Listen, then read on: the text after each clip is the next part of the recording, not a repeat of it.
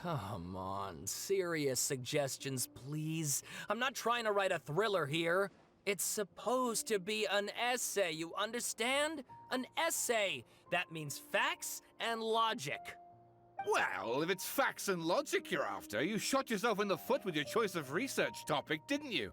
The Tatara Suna mystery. When so much remains unexplained, there's little to be objective about. Unless, of course, you restrict yourself to textual criticism. Yeah, well, this is my teacher's area of research. I can't change that. But it's fascinating enough without having to sensationalize it, don't you think?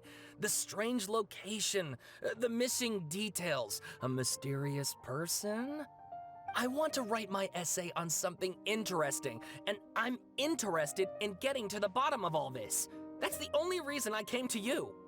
Yes, you came to me, so all the more reason to take my advice. The fact is, it's the dramatization that will make people want to read it. There's no getting around that. Okay, but... Did one of them just mention Tatara Suna? But that's all the way in Inazuma! Is it just Paimon, or is it kinda unusual for someone in Sumeru to want to write a paper about that? Everyone here's just going about their business. Maybe it really is just Paimon. Guess people here are free to research pretty much anything. Great! Let's go find out what this Tatara Suna mystery is all about.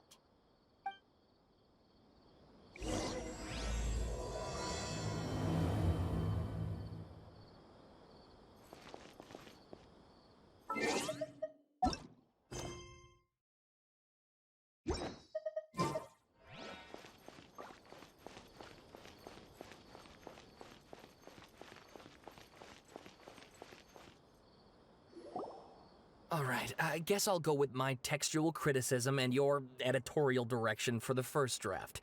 I have a feeling that the missing Kabuki Mono will end up being the main focus of this paper.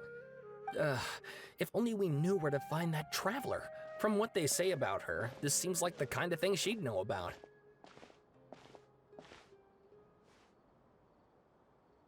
Oh, you're the traveler, you say? Hey, what's with that face? Don't believe us? No, of course I believe you.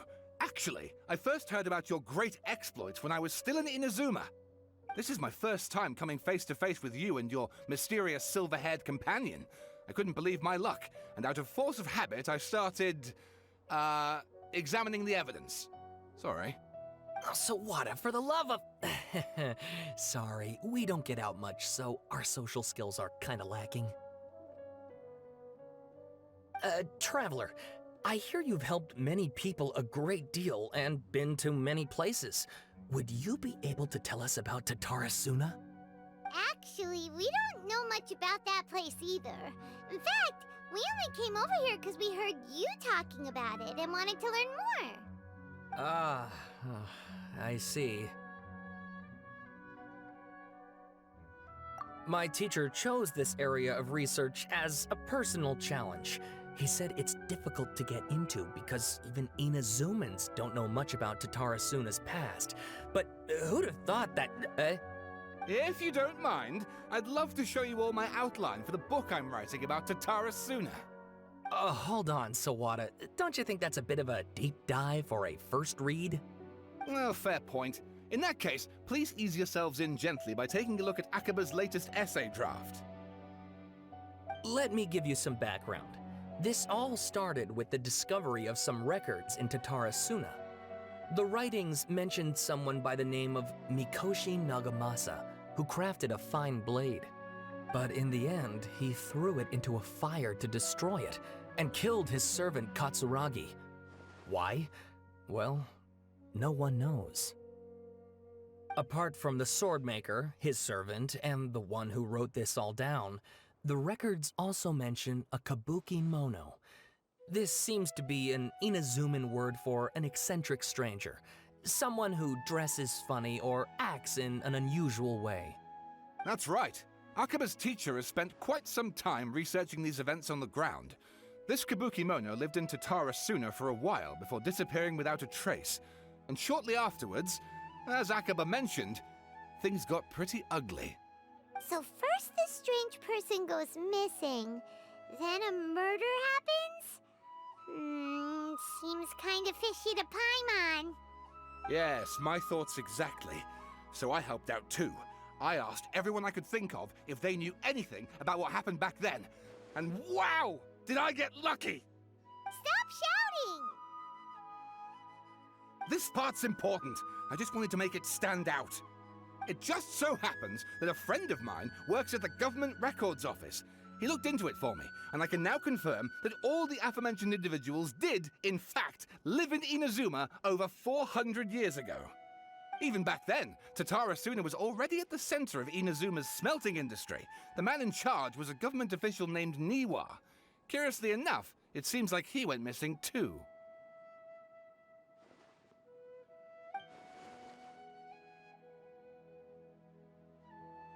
Wait, so there are 2 missing people in this story now? That's right! What's more, Niwa is a name with a lot of history to it. Have you ever heard of the great swordsmith clans of Inazuma? Oh, the swordsmiths? Yeah, like Ishin art and so on? Wow, yes. You really know your stuff. That makes things easier. So basically, this Niwa was a distant relative of the Kaidahara clan, the last practitioners of Ishin art. Something then seems to have happened in the Kaidahara clan, leading to their downfall. I don't know the details, but taken in light of everything else going on around that time, it makes you wonder whether it's all connected somehow. The Kaidahara clan? Sawada, you left out the biggest detail of all. Oh, yes, of course. How could I forget? Brace your minds, ladies and gents, for they are about to be blown. Or maybe you won't believe your ears. I wouldn't blame you, of course, because in all my years as a writer, this is by far the most. Get to the point, for Pete's sake. According to information acquired by Akaba's teacher, the Kabukimono was not a human, but a puppet. A puppet?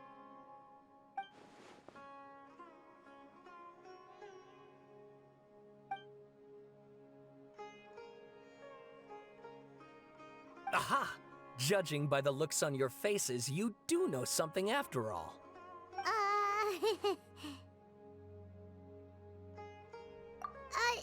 No! Paimon just meant,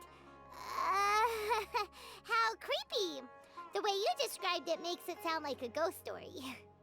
I agree, it does. But considering that non-human races in Inazuma are by no means uncommon, spooky events are to be expected. And that's exactly what my book is about. Please, take a look.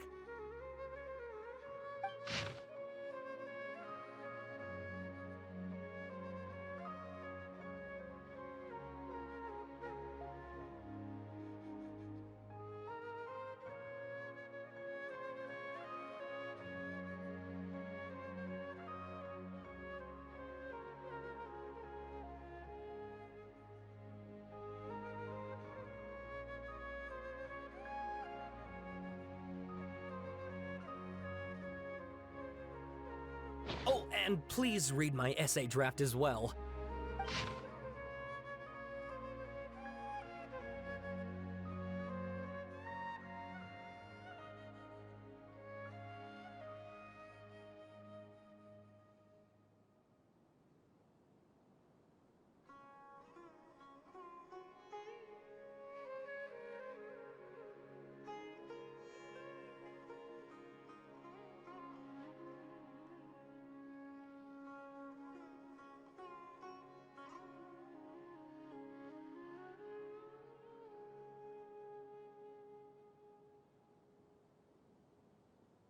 Sawada was encouraging me to follow his more creative approach, but I think essays should be grounded in facts. I don't think explaining everything away with mysterious forces will cut it. Oh, how about if I plug the holes in Sawada's narrative with political intrigue? Like, I could put a turf war between rival factions at the center of the whole series of events. Wait, you're allowed to just make stuff up? Pretty sure you've gone from essay to guessay there.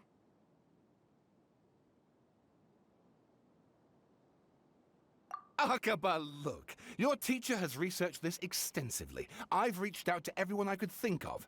Whatever information we have now is all that there is to know. This is as much detail as you're ever going to get. Besides, if there really was a political power struggle going on at anything like the level you seem to be suggesting, what hope would we ever have of finding out the truth?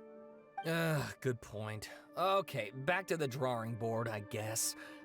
Give me some time. I need to find a new angle on this.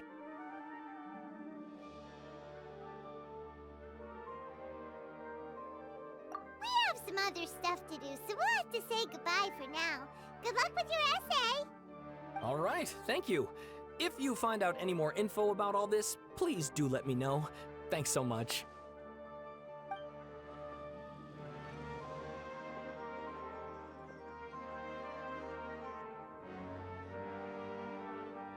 Hey, so that thing they were talking about, it has to do with the balladeer, doesn't it?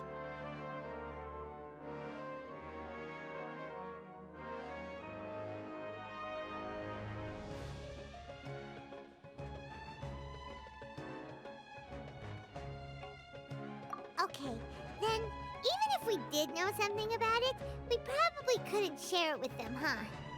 After all, we kicked his butt and got him locked up.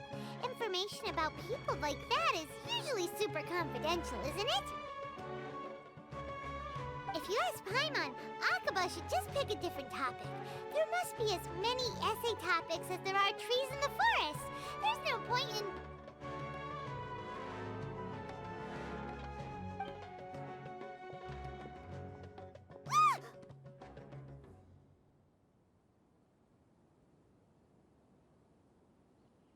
Hey, did you see that? He literally just went by, over there. It looked like the balladeer. No, it can't have been. He got locked up. Oh, quick, let's catch up and see.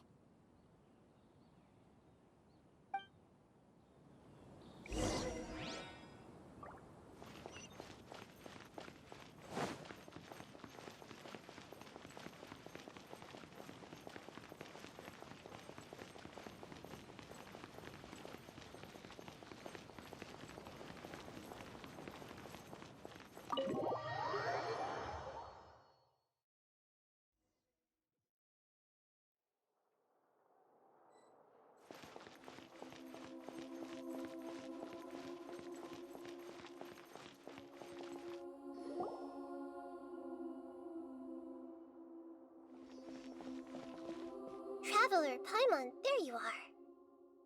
Nahida! Bad news. We just saw the balladeer strolling around in public. Did he escape or... Ah! It's him! Sure enough, you're here. Hey! What are you doing in the sanctuary of Surasthana?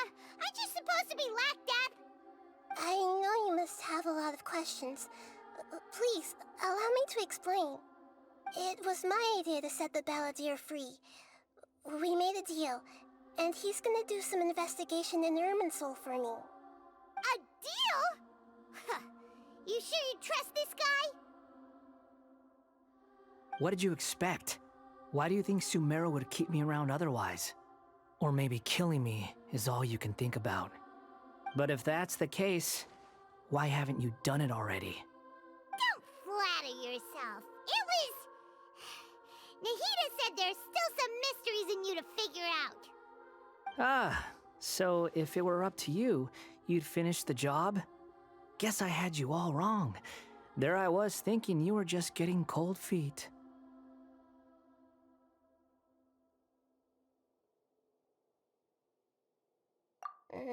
Well, that escalated quickly. Not a good start. Could I ask you all to please calm down?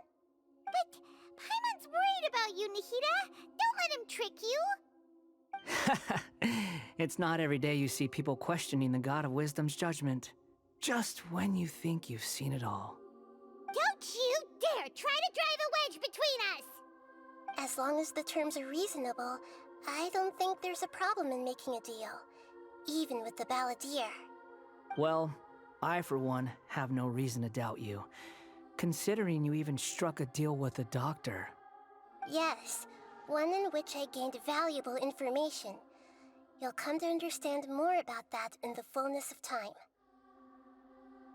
The Balladeer's power was all but completely spent after your battle. He's no longer strong enough to be a strategic threat to us. That puts him in quite a precarious position. Plus, he's a former Harbinger with knowledge of many of the Fatui's sensitive secrets.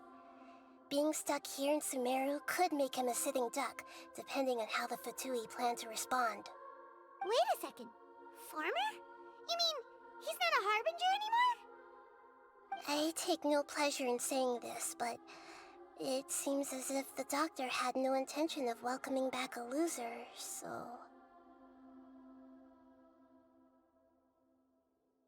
Sometimes it's you using them, other times it's them using you. Most human relationships are this way. Certainly all the stable ones are. That's how it was between me and the Fatui, and also between each of the Harbingers. So as long as you have some value to offer, nobody will ever abandon you. But after recent events, even I have to admit that I'm not worth quite what I used to be.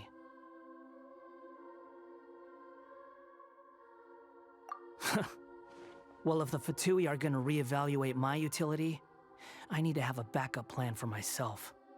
As we discussed, I don't like causing harm to living beings, and you said you need protection. So, why not join forces with us? I think these two have made their objection to that idea fairly clear, don't you? And they're your friends, so I guess you'll be siding with them. Yeah, obviously!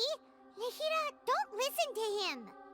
Then let's put that discussion to the side for now. We still have time. Today can be a trial run. Where we go from here will depend on how well we manage to cooperate today. All right, then I'll do what we agreed. Good. Go now, and keep in touch. Nahida, are you serious about this? Yes. I have my reasons for this decision. In fact, I'm largely doing it for your benefit. Yes. As I told you once before, there's information about your twin in Irminsul. Oh, yeah. Actually, that's the whole reason we came to see you today. So, you have an update on that? Mm-hmm. You may remember me mentioning that the Fatui had not included your twin's details in the Descender category. This is an extremely important point. It's possible that the Fatui have other information that even I don't know about. And since the Balladeer used to be one of them, he'll be better acquainted with this information than I am. He was granted the power to connect with Irminsul when he almost became the god of a new era. Even though he no longer has the Gnosis, some traces of its power remain in him. He can still connect. The amount of information in Irminsul is vast beyond description. Sifting through all of it without knowing what to look for would take too long, even for me. So I asked the Balladeer to search in Irminsul for any information about the Descenders. He's more familiar with this kind of information, and should be able to find it more quickly. Exactly! Or what if... Paimon just doesn't trust him! He's treated us as enemies every time we've run into him! I understand. But sometimes, everything is dictated by which side you're on. How things will go in the future depends on what information he brings back. And Traveler, I know what your heart desires most of all. Our minds have connected several times before. There is a corner of your heart reserved for an intense longing. A feeling of being all alone in the dark, searching for the one candle whose light still burns. As Sumeru's deity, it is my responsibility to be on guard against the Balladeer. But as someone who counts you as a friend, I want to do something for you. If this deal with the Balladeer can give you the answers you've been longing to find, then it's worth it. It's my pleasure, really. You're Sumeru's hero. You've more than earned it. Paimon's still worried about this idea. Is there anything we can do to help? I was going to contact you about that, but then you suddenly showed up on your own accord. Seems like we have a telepathic connection. In fact, I was going to ask you to supervise the balladeer on my behalf while he carries out the task I assigned.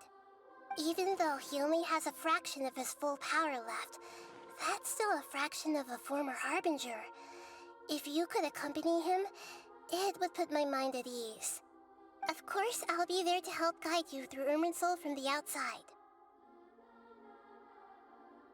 Great, thank you. Prepare yourselves. I'm going to transport you into Irminsul. Wow, it looks pretty different here compared to last time. The colors are gentler. Guess that must be because Sumeru's at peace now.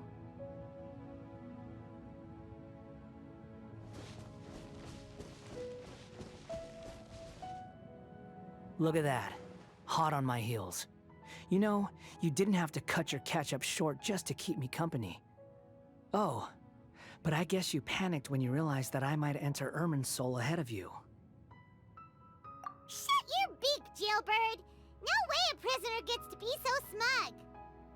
I understand that prisoners have to put up with harassment from the guards, but right now, I'm on temporary release. So maybe you should think about backing off a little. Sounds like a successful rendezvous. I need to be quite clear about something. In a few moments, you'll be entering into the innermost region of Irminsul. It is an environment like no other, and the most important place in all of Sumeru. Unlike anywhere else, Irminsul's inner region consists exclusively of torrents of information. You must put aside your differences and be extremely careful as you navigate your way through. I know there are many grievances between you, on both sides, but it is essential that you remain calm after entry. This is as much for your own safety as anything else. Fine, let's call it truce. But only until this mission's over.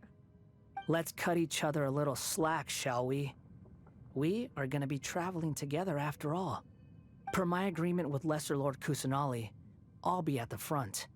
It's my job to lead the way and get rid of any obstacles in our path. All you have to do is keep your pretty eyes open and try not to fall behind.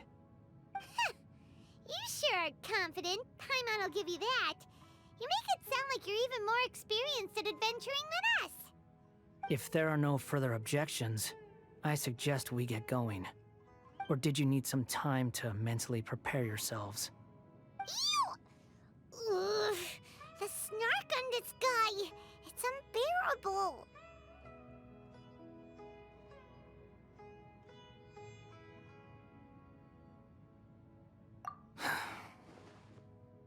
We can start now. Irminsul access granted. Initiating connection procedure. Is this a small sapling? Oh, darn it! Come on, let's catch up with him.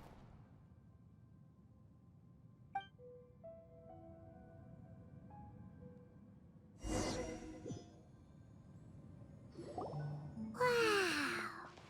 So this is the inside of Irminsul.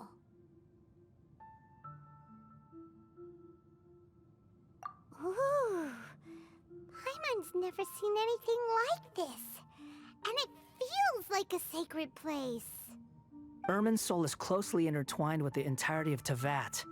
Every bit of information flowing here means something. Pick your jaws up off the floor.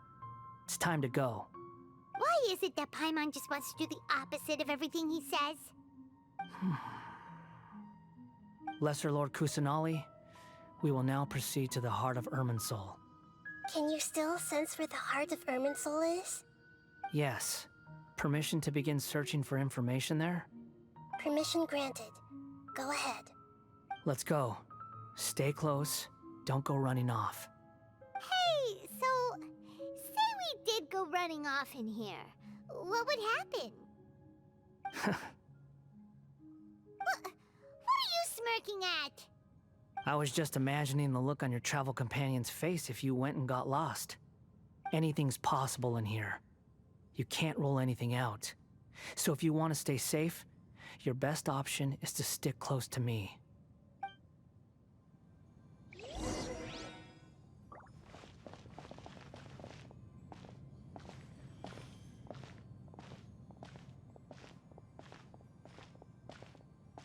These sapling things have spread out.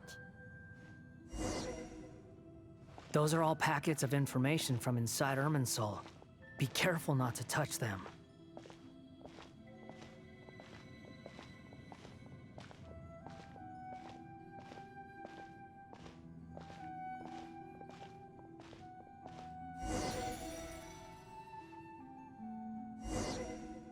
It looks the same in every direction.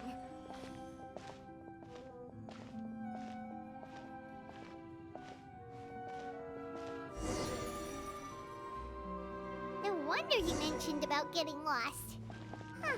What do you know? He was actually telling the truth. Is he mocking me again? What is it this time?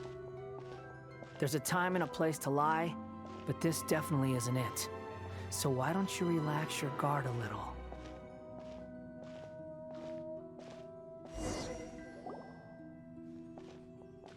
We're here. What a huge tree!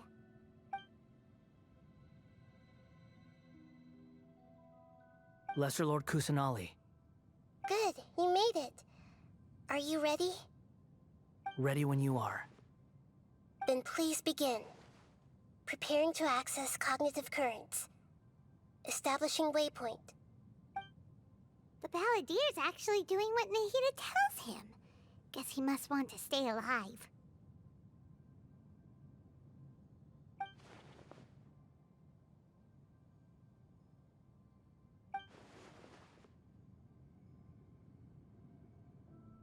The rest is up to you.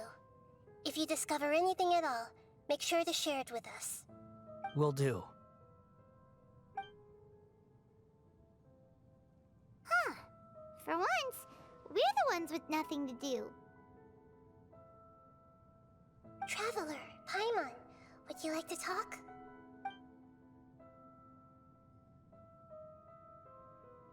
Yes, I've also invited Paimon to join.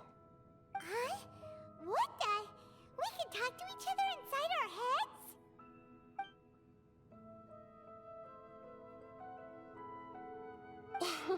That's part of it. Plus, we're all friends.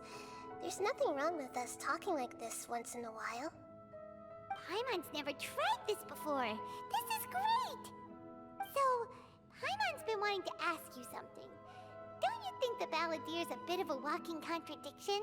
He's always talking back, but he seems to listen to what you say.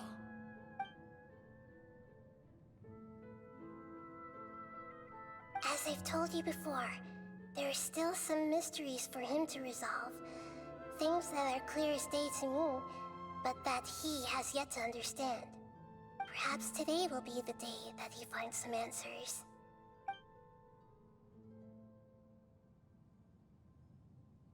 Well done. Smart and attentive as always.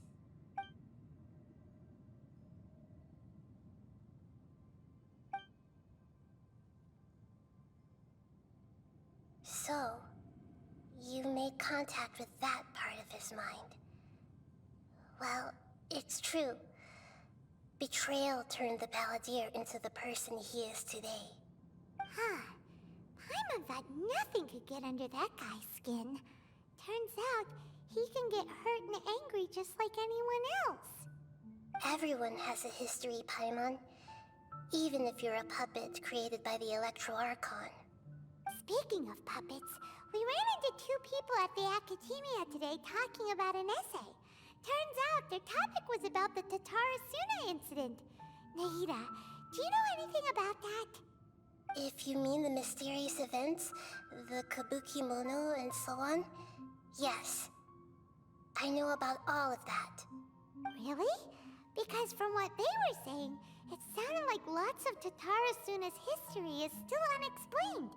And most of the information we have now is just from people filling the gaps with their imagination. At least that's what they thought. Oh? How interesting. Those two managed to deduce quite a lot through guesswork alone. So the Gesse got it right? Well, they guessed right about one thing. Tatara Suna was sabotaged. Must be a riveting conversation you three are having. Funny how all the good ones happen when I'm not involved. What makes you think we're talking to each other? Don't insult me. You're having a private conversation without me. Obviously, I must be the topic of said conversation.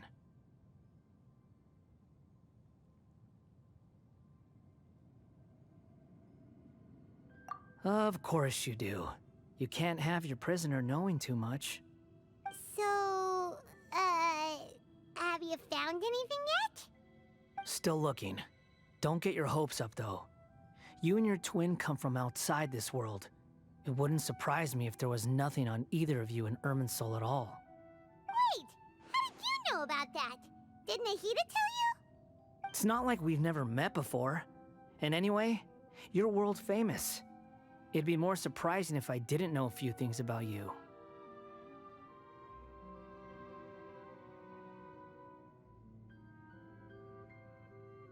Right now, we have to keep the peace. I'm not interested in creating more misery for myself, and making cordial conversation is something I can manage. Huh? Wait. This light, it looks similar to those saplings. What could it be? Anonymous data. Hey, don't you forget the agreement! You have to share it with us! Shh. Just wait. Mr. Niwa, are you certain this is worth the risk? We are talking about Tatara Suna's furnace, after all. It may not pay to act rashly. There's no one else who can enter the furnace. It has to be me. Is that so? Well, since you insist. It's...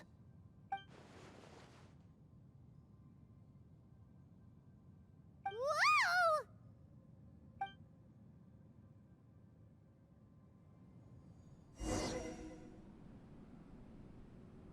I have been in Tatara Suna for some time now.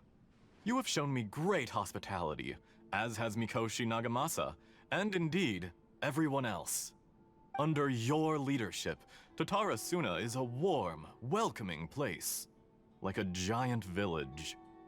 People are gainfully employed, their lives have purpose. They are motivated. As I understand, the Raiden Shogun has, in recent years, eliminated much of the evil that plagued Inazuma. As for Tatara Suna, it was originally established as a means of safely disposing crystal marrow. The forging industry with crystal marrow as a raw material has since flourished, giving rise to generations of swordsmiths. Some world-renowned, others unknown, all passing on their legacy. Skills, blood, dreams. Every smith brought into this trade looks to find their purpose between steel and blade. That is why you accepted the proposal brought to you by myself and Akame. Yes, well, were it not for you coming to Inazuma and happening to make Akame's acquaintance, the two of you never would have joined forces. And he would be the first to admit that there's no way he could have revolutionized our forging process like this on his own. At least not on the same timescale. You allowed Akame to take all the credit for a method that you jointly developed. He sold it to me, and now every piece of ore here is smelted using the new technique. Even now, you remain one of Tatara Suna's key consultants, working right here alongside us. I believe it is you, sir, who are truly responsible for the changes in our manufacturing and forging methods. You flatter me. From the outset, I saw much that was commendable in the forging industry of Inazuma, and it has been my great honor to befriend you all. So you say, Escher. But is this really the truth? My good sir, what do you mean? I tried to resist thinking it was all connected. Because I didn't want to speculate. And I didn't want to believe that things could turn out this way. What have we gained from adopting your new technology? Ominous black smoke? Mounting production problems? Worker fatigue and casualties are up and continuing to rise at an alarming rate. And recently, as you well know, someone died because of that strange filth inside the furnace. We've kept the truth from spreading outside, but still, I suspect you understand it better than I do. None of the people who went out to get help have come back. Now, our mutual friend, the Kabuki Mono, is taking the Golden Feather to Narukami Island to seek an audience with Shogun. This is our last hope. But that doesn't faze you, does it, Escher? Nothing does. Otherwise, why would you still be standing there with that smile on your face? I'm just surprised that you finally chose to be so sincere. I'm sure you've been harboring these suspicions for quite some time. Mikoshi Nagamasa may have noticed that there was one common denominator among all these events. Namely you, Escher. But Mr. Mikoshi is more cautious than I. He does things by the book. After all, Nagamasa is the adopted son of Mikoshi Torichio, the yokai struck down by the Shogun's own hand. If he truly seeks to redeem his family's honor, an abundance of caution is well advised. You're well informed on the subtleties of his situation for a mechanic all the way from Fontaine. Are you sure you're not a little overqualified? Why, Mr. Niwa, are you suggesting I find a job as a diplomat? Sadly, I am so very attached to my craft. Enough, Escher. I'm here because an evil force is raging inside the furnace. And someone needs to take your new device inside the high-risk zone so we can absorb it and put an end to the problem. I'm in charge here. And I'm about to take some responsibility and head inside. Probably to my death. But what about you? What are you still doing here? Judging from the look in your eyes, you don't seem to trust me. Drop the act! We're past that now. Whoever you are, it looks like your plan to destroy Tatarasuna has worked. I just want to know what you're still doing here. What's left? Don't you have all your answers by now? Honestly, I'm just waiting for the right moment. A moment like this, where you finish talking and I stop you from entering the furnace. You...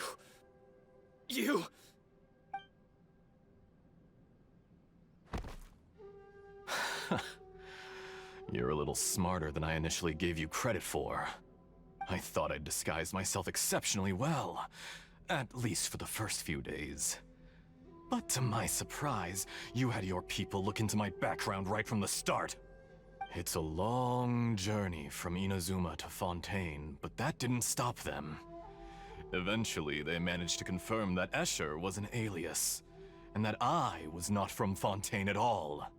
And yet, despite all of that, you still fail to realize my true identity, and what I seek in Tatarasuna. Did you really think you would be able to see through my plan? If you kill me, there's no one who can get inside the furnace. So you're really going to destroy this place? Is that it? Oh, but you're quite wrong. There is one other person. Some may not see him as a person, but you told him yourself. You're not a puppet. You're a human. You're just missing a heart. Whoever you're working for won't get away with this. They'll be found out. But this makes no sense. What are you really trying to accomplish by all this? Why go to all this trouble? It's no trouble at all. Patience is a virtue which I have in abundance. This is all part of a carefully controlled experiment. If you must know, I'm happy to divulge my true identity. I'm a Fatui Harbinger. Call me the Doctor. The Fatui? Who? What do you want? Just to create a minor inconvenience for your nation. That's it? That's why you gave us your cursed technology?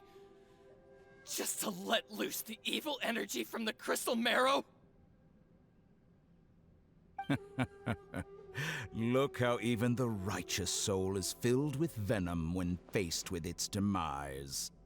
My device functions precisely as you say. It is the only chance you have of preventing a catastrophe and keeping the truth from the outside world. However, I did not make it with you in mind. It is easier for a person to be possessed by evil spirits when they are filled with hate. So give in to your fury.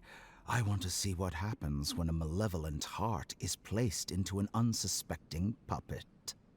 Make no mistake, even without you, that pure, innocent puppet would only end up being used by someone else instead.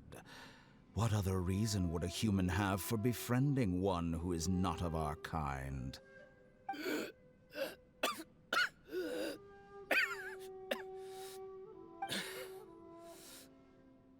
If you give him my heart, tell him that both Nagamasa and I see him as one of us.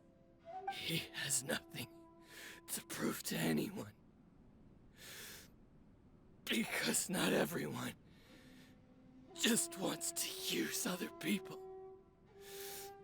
The only ones who think like that are people like you. What a beautiful way to see the world. It almost makes me feel a little guilty. Then out of respect for you, I shall redefine myself. Think of me as a monster or a demon, if you wish. At least this way your death is not a consequence of your own folly turning you into an easy target. You simply lost to something more powerful than you could ever hope to defeat. I say, Mr. Niwa, let's see what happens. Will your puppet friend become a human? No, that will prove quite impossible. Mr. Niwa? Already dead. What a pity. Jester, I have completed the task you gave me. Creating a gap and infiltrating Inazuma's inner workings. What fun it was. I'd like to introduce a puppet to you. If he proves useful, let's make him our newest comrade. And if not, let's turn him to dust.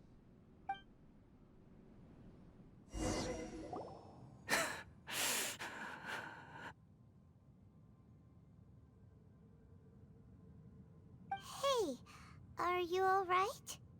Dottore.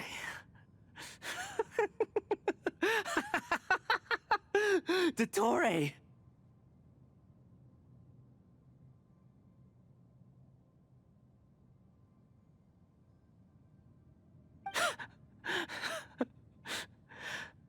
Good. Good. Was that the doctor?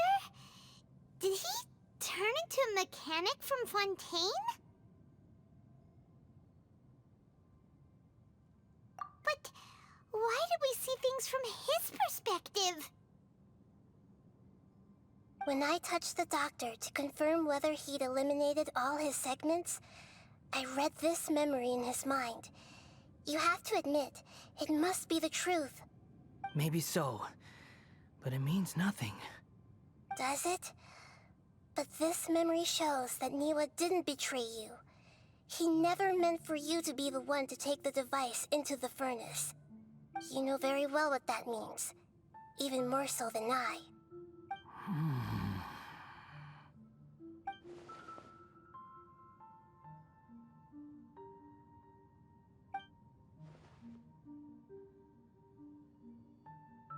Let's give him some space.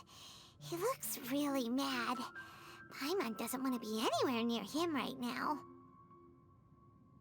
We need to give him some time to process his emotions. Paimon's still confused about the Tatarasuna incident. So, the doctor was behind it, but why has that gotten him so worked up? Nobody has ever deceived you like that, Paimon.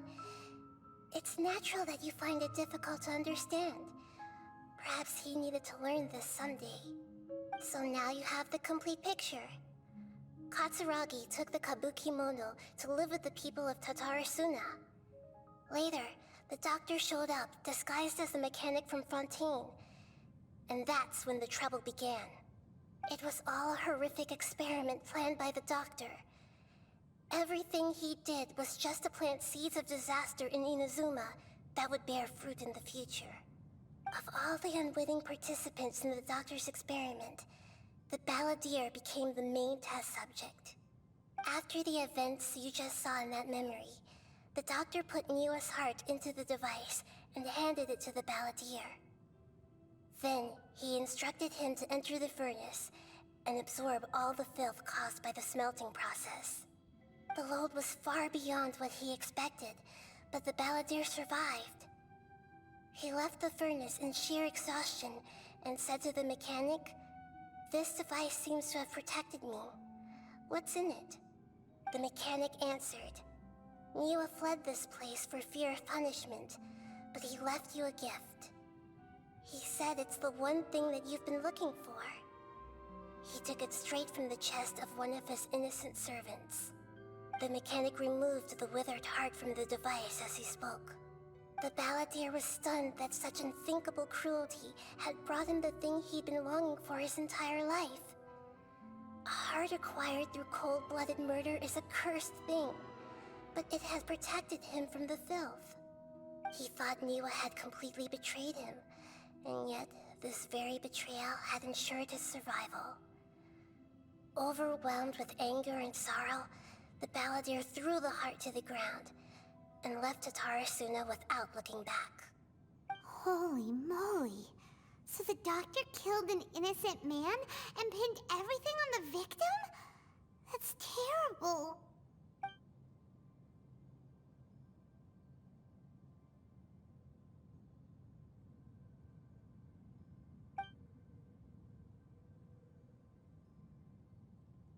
Yes. Only if he understands this can he choose a new path forward. Dotori, you brazen-faced... Niwa didn't run from justice. You killed him.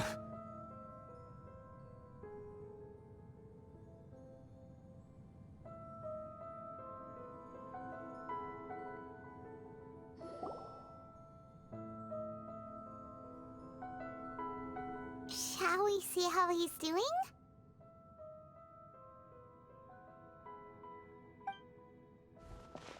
Hey, you alright? That's a scary expression. Are you worried about me? If we didn't have such a history, I'd almost think that qualifies me to be your friend.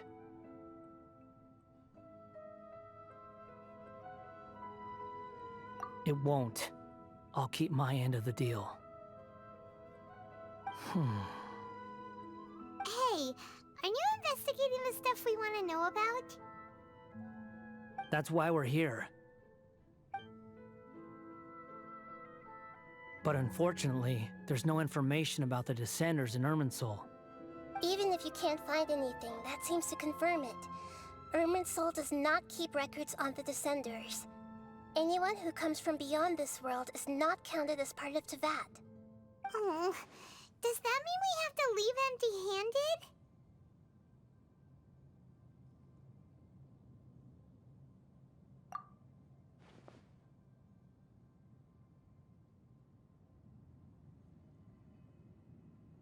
Don't thank me just yet. You look really upset. Well, since Irminsul was a dead end, I guess I can share some other info that might interest you. Huh? About what? The reason why there are records about your brother in Irminsul. It might have something to do with Conria. Apparently, Conria was his first destination when he arrived in this world. Plus, he only came to this world because the heavens responded to the summoning. The heavens responded? The Jester told me this himself. You can take his word on this. He was a royal mage in Conria, and lived with your brother for a time.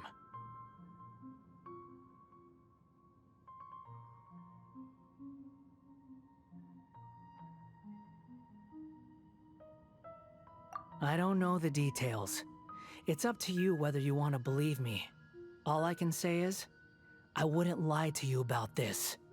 Did you get all that, Lesser Lord Kusanali? Yes. Astonishing news. Does this info count towards my mission? It wasn't from Irminsul, but was it valuable? Very valuable. Good. In that case, I'll take some time for myself now. Huh? What have you done? Lesser Lord Kusanali was right. My power's all but completely spent. Even if I use all of the divine power left in me, I can't sustain this shield for very long. I shared a secret with you, and now you owe me. So in return, I'd like you to answer a question for me. Give me your hand.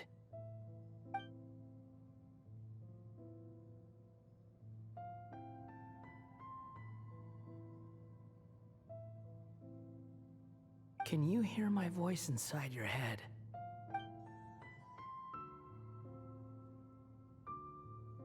No, I can't do anything like that anymore. At most, all I can do is exchange a few words with you. So tell me, in this world, is it possible to change the past?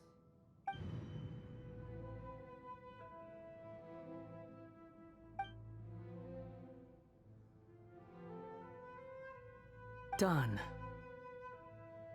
Huh? What the? What happened? Paimon only saw you hold hands for a second. Nothing. I was just thanking her for helping me.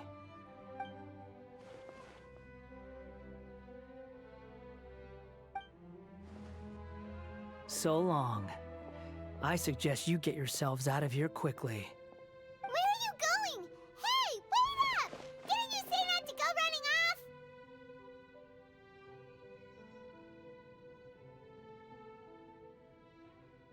Fast reaction time. But I don't think we'll be seeing each other again. From this day forth, the names Balladeer and Kabukimono will cease to exist. Those who died in Tatarasuna because of me deserve another chance at life. Hey, Balladeer! Don't do anything stupid! You know, I never did like insects. Hordes of the puny things swarming together can be a real nuisance. And I enjoy nothing more than to stamp them out like the pests they are. But if a colony of harmless ants isn't threatening anyone, I guess they deserve to be left alone. Luckily, everything can be set right. It's time to solve this once and for all. Balladeer! Balladeer! Uh-oh, he disappeared. Come on, we gotta find him somehow.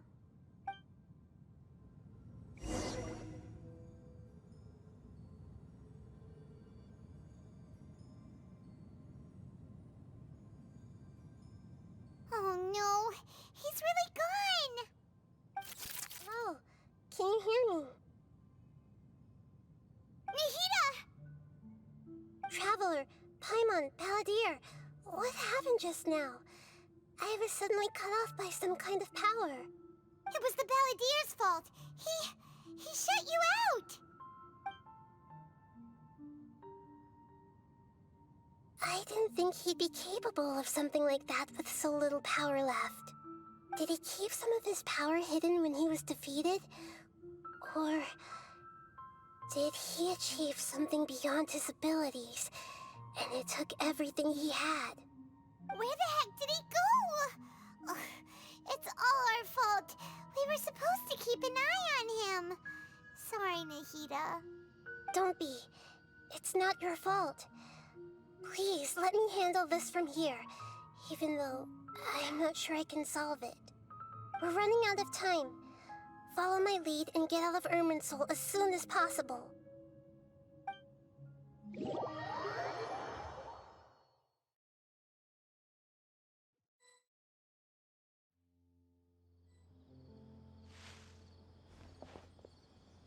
We're out! And we're at, an inn or something? This is an emergency. I'll have to ask you to stay here for now. Everything's arranged, and nobody will disturb you.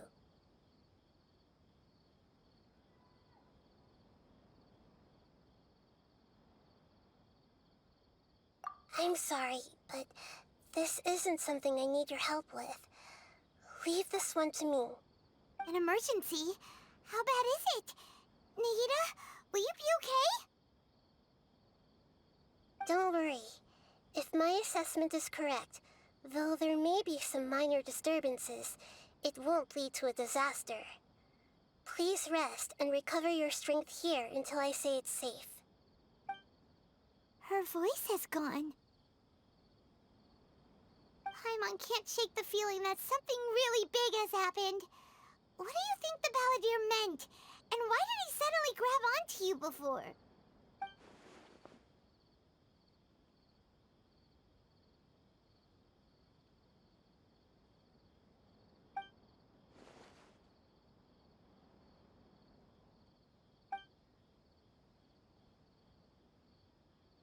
He wants to change the past? But surely that's impossible! Right! You can't just rewrite history! All that stuff happened already in real life!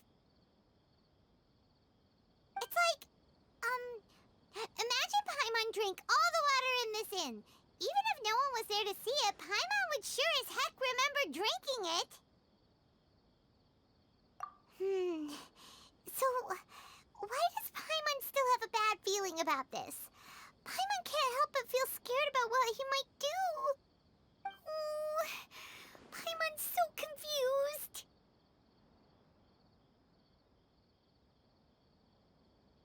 Huh? Ah! Sorry, Paimon accidentally... It's the Balladeer's fault for causing Paimon all this mental stress. But erasing yourself from history? It's unthinkable. Is that really possible in Irminsul?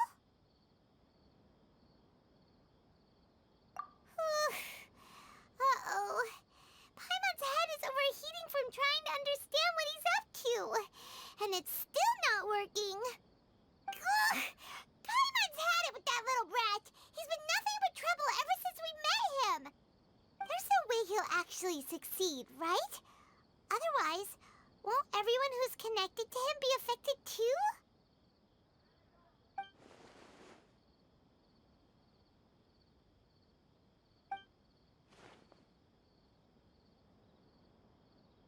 There's nothing we can do about it at this point. Hey, have you got any ideas on what we should do next? Seems like now there's nothing left for us to do but to go to sleep. But Paimon's still so worried. Paimon won't be able to sleep a wink tonight. So, how about, we list all our favorite foods to take our mind off things? Heck, if that doesn't work, Paimon's probably gonna collapse of anxiety here. Alright, Paimon will start. First dish. Munstack grilled fish. Oh, and chicken mushroom skewers.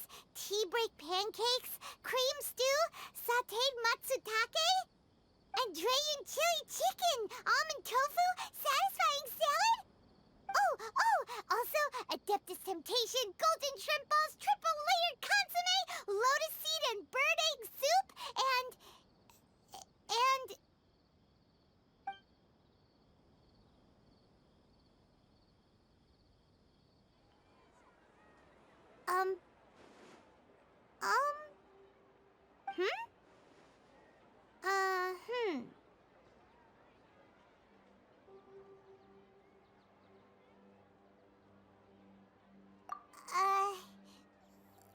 What do we... What was Paimon supposed to be doing just now? Paimon was, talking? Huh. Paimon suddenly can't remember what she was talking about. What was it again?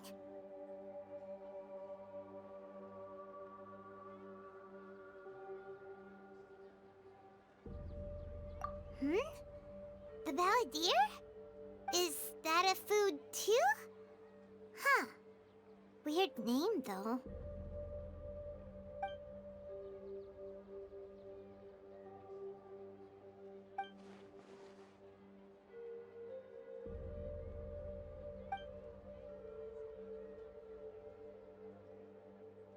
What's wrong? Your eyes are like saucers. Was it something Paimon said? So, the Balladeer. Is that someone's name? 'Cause it sounds like a nickname or something.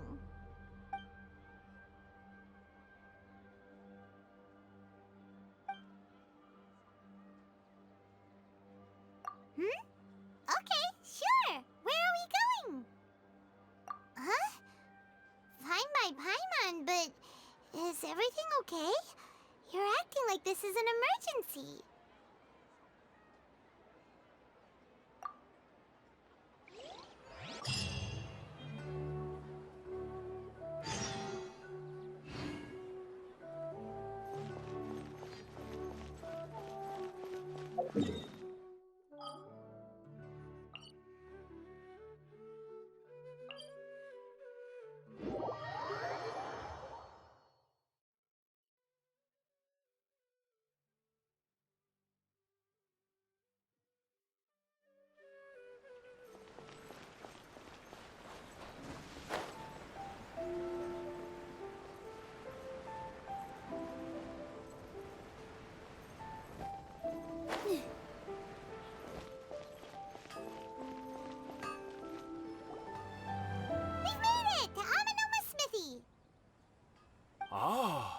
It's been a while.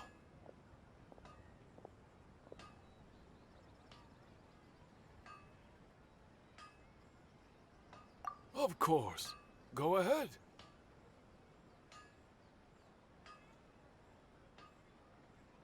Oh. Now there's a question I wasn't expecting. Very well. I'll tell you what I know once more.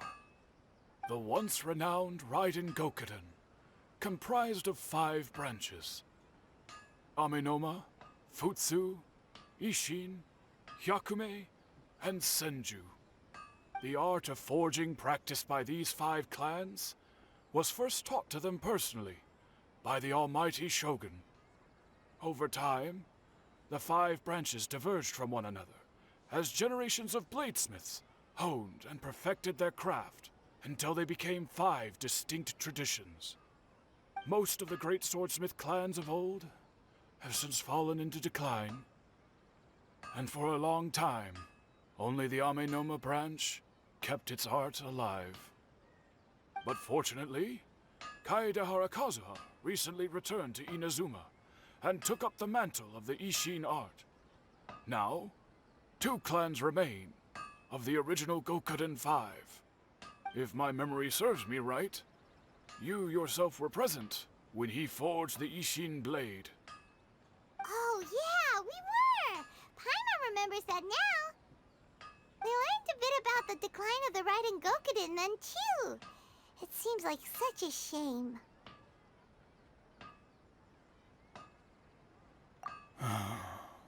That, my friends, is a tragic tale indeed. In fact, this was not made known to me for most of my life. All these years, I knew of those great clans' demise, but never the cause. Only recently, when the question was on my mind, did I ask Kaedehara Kazuha about this. He told me that, as we are both heirs to a branch of the Raiden Gokuden, it was right that I should know the truth. There is no harm in telling you, but I must warn you. It is a dark and sorrowful tale. The Raiden Gokuden were the targets of a murderous rampage. by a vengeful bladesmith. Vengeful? Why? 400 years ago, so I'm told, there was a catastrophic malfunction in Tatarasuna's furnace. One brave swordsmith heard the commotion and chose not to flee, but he rushed to the scene, hoping to prevent a disaster. Tatarasuna was home to a state-of-the-art forging and smelting operation in that day, and overseeing it was the armory officer.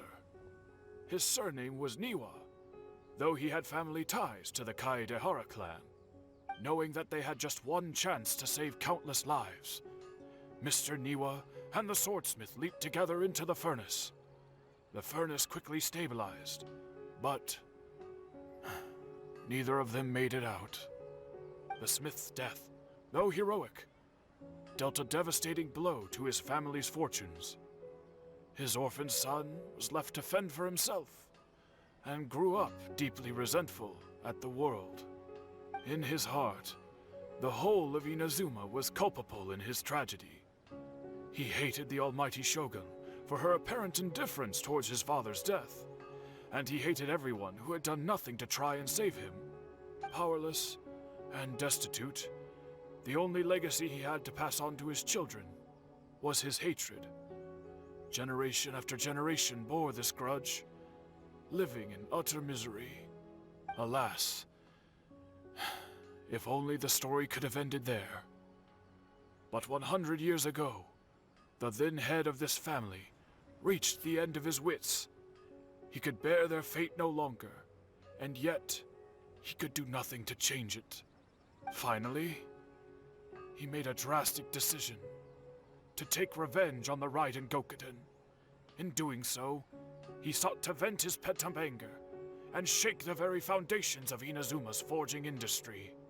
In his fury, he murdered indiscriminately, killing even bladesmiths from the Hyakume clan which he belonged to. His goal was absolute, the devastation of all of the Raiden Gokuden. But when he came to the Kaedehara and Kamisato clans, his killing spree came to an abrupt end. He failed to catch them unawares. They fought back fiercely, and they did not spare his life. That is why the Kaedehara clan and their Ishin art survived that day. I suppose they were the lucky ones, under the dire circumstances.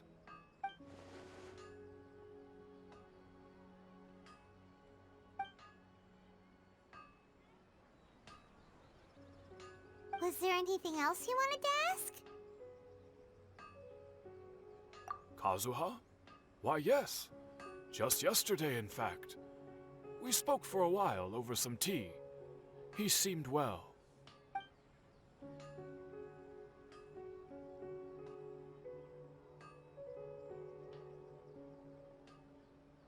My pleasure. Don't tell Paimon. There are other places you want to visit too, right? Your expression says it all. You can't hide anything from Paimon.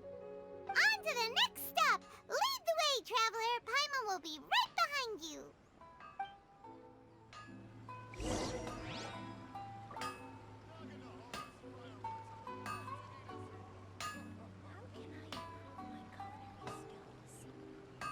Okay. Unrelenting patience and willpower to move mountains.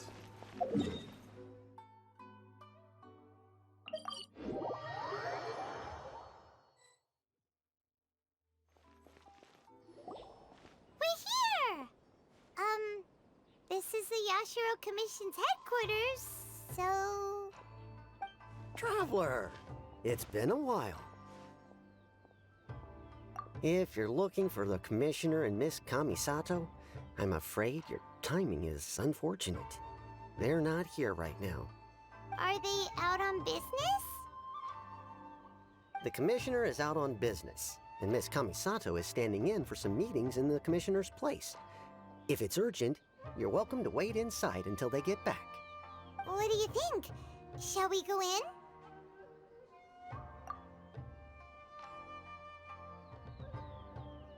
If it were anyone else, I couldn't allow it. But seeing as you're so close with the Commissioner and Miss Kamisato, I think it should be okay. We'll be heading in then.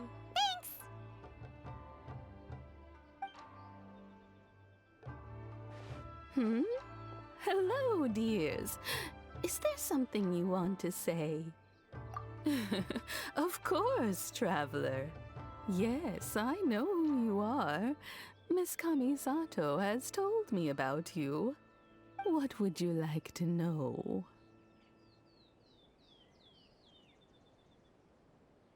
Oh, they're both very well indeed. Lately, Miss Kamisato has been rather busy attending all kinds of meetings and occasionally paying visits to some local organizations on the Commissioner's behalf. As for the Commissioner himself, well, you know, busy as ever. That much hasn't changed. Although he does seem to be in a rather good mood these days. So pretty much business as usual in the Yashiro Commission, huh? Very much so.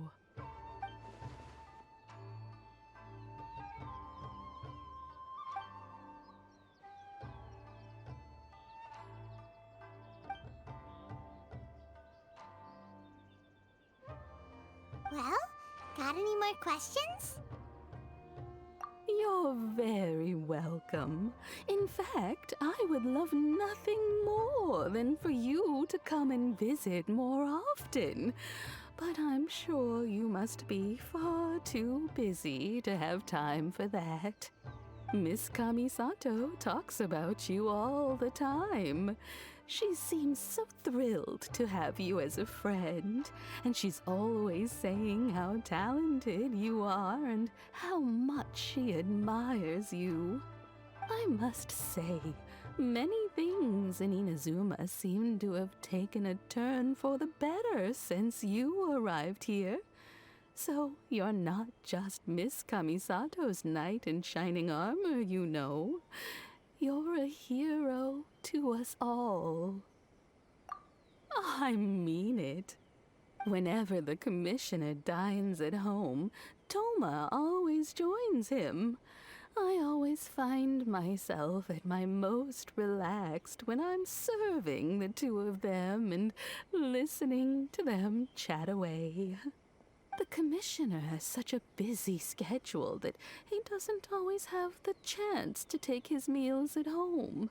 But given the opportunity, he always prefers to dine here. They say it's because Toma's a much better chef than most. Oh, the Commissioner is so fond of home comforts. They get to talking about you sometimes, too, you know. Always with a very fond tone. The way one would talk about dear old friends around whom one can truly be themselves. Miss Kamisato occasionally joins them as well.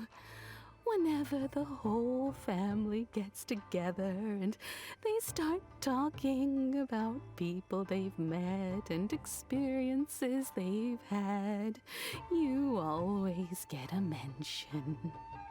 It's been many years now since the late Mr. and Mrs. Kamisato passed away. Much has happened in the Kamisato clan in that time. As someone who is old and gray enough to have watched their son and daughter grow up, it makes me so happy to see them meet a dependable friend whose company they enjoy so much. So, in the future, if you ever do have the time, please know you are always very welcome at the Yashiro Commission headquarters.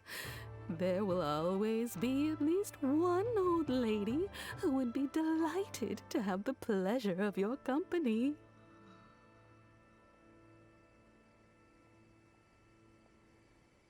Wonderful. Thank you. Paimon likes it here too. Also, You were saying something about the food here being really great. Paimon's itching to try it. We may just have to invite ourselves around for dinner sometime. Paimon meant we should come pay a visit again real soon. Ideally around dinner time. Of course. You're always welcome. Alright, goodbye for now. Where are we going next? Great! Goodbye, ma'am! Don't worry, we'll see ourselves out. All right, then. Take care now. Hope to see you soon. Oh, are you two leaving already? Yep, everything's taken care of now. Don't worry. Very well. Safe travels. Goodbye.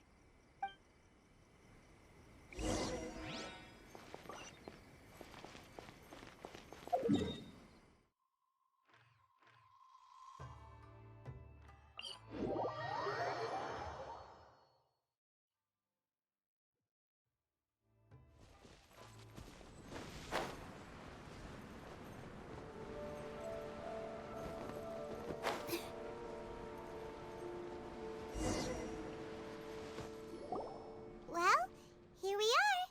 But what are we looking for? Something or someone? Do my eyes deceive me, or is that the Traveler and Paimon? Xavier, what are you doing here? I was in the general area, and now I'm in this specific area. There, that's me. So what about you two? We have some questions and thought you might be able to help.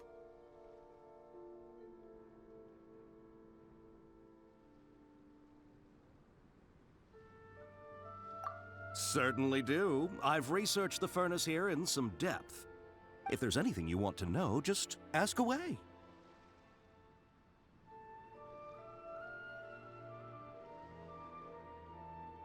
Like the back of my hand?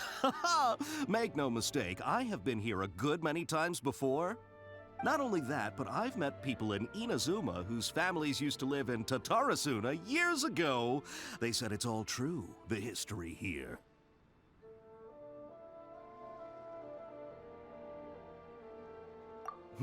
Oh, well, it's a long story, don't you know? The tale of Tatarasuna starts a long time ago. I'm told that its history is one of the most foremost forging and smelting operations in the nation, goes back around 1,000 years. Still, the furnace has had a couple of serious maintenance issues along the way. A couple?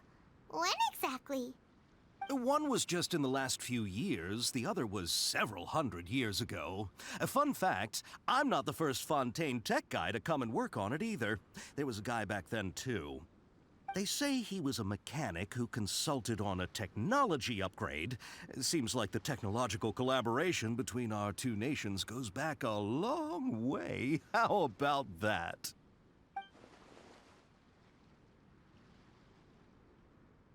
Hey, weren't you gonna ask Xavier something about Tatarasuna?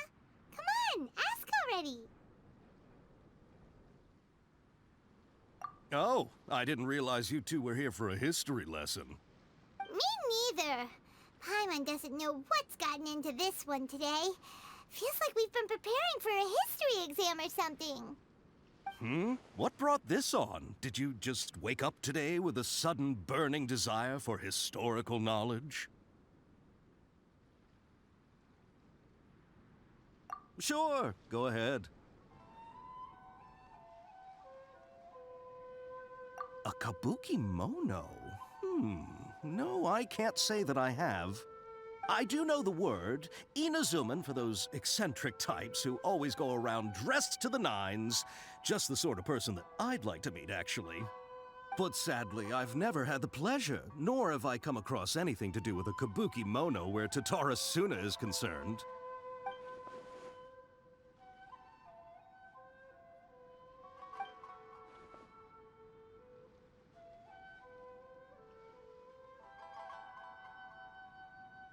Of course! Don't mention it. Oh, we're leaving? Okay, bye, Xavier. Oh, you're most welcome. More than happy to help. Farewell. Looks like you got all the information you're looking for.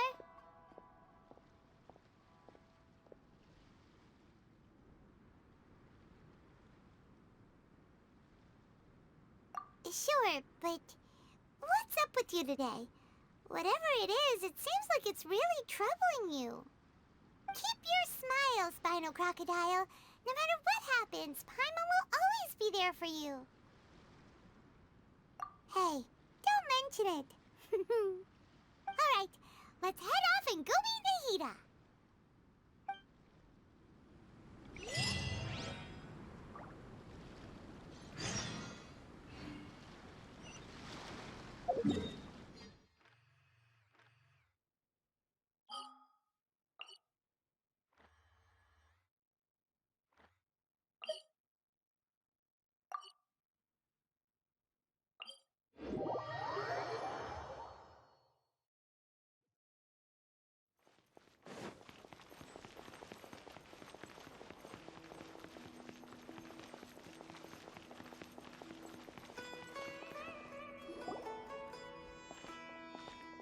Hey, it's them!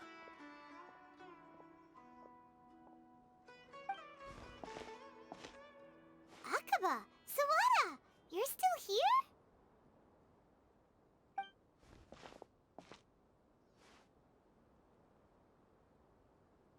Indeed we are. If you have a moment, we'd love for you to join us once more. We have time. What do you want to talk to us about? It's the same topic we discussed last time. Obviously. Still looking for more info about Tatarasuna, huh? Should we join them?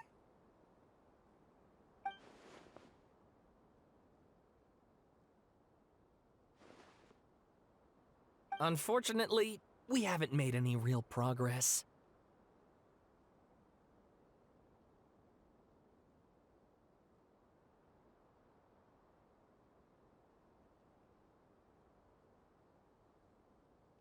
Huh?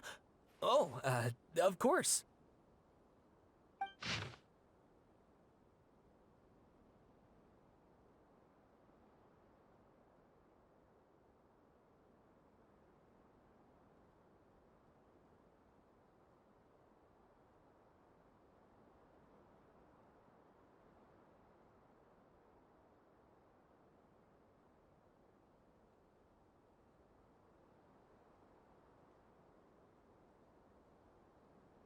I presume you'll want to read mine as well.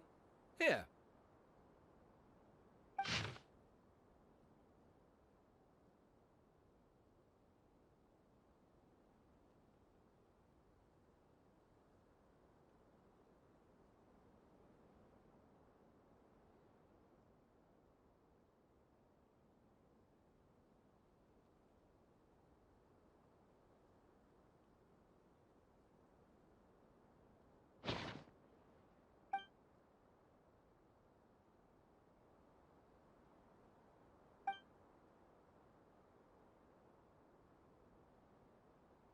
Well, what do you think?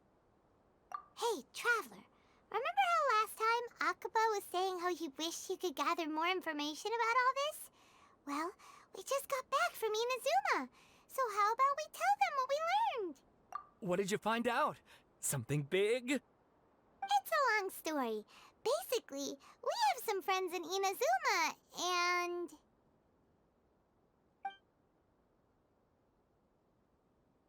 Wow, so many new details. Thank you so much for sharing that with us. Well, well. So it all comes down to one man's desire for revenge. Huh. You heard this from a member of the Armanoma clan, you say? Then I guess it must be true. Ugh. So there's no ghost story here after all. This new information actually lends further credence to my hypothesis. Evidently, swordsmiths were seen as having an incredibly prestigious role in society those days, to the extent that harming them was conceived of, at least by the perpetrator, as a way of exacting revenge against those in power. Yes, okay, point taken, you were right. But that doesn't mean I can't carry on with my novel. they're back at it. These guys are really into this.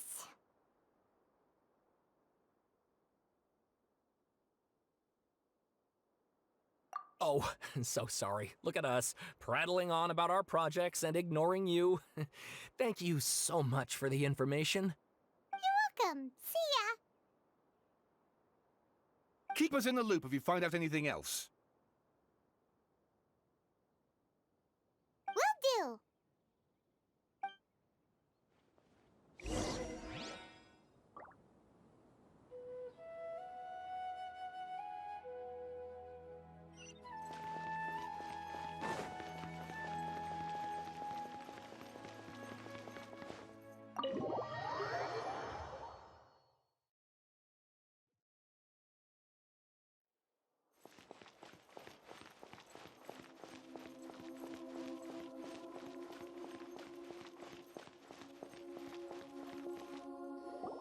Nahida, we're here! Traveler, Paimon, how have you been? Ugh, where to start? Paimon hasn't had a moment's rest this whole time. That night, we ended up chatting and chatting until suddenly the sun was up. And then she decided she wanted to go to Inazuma.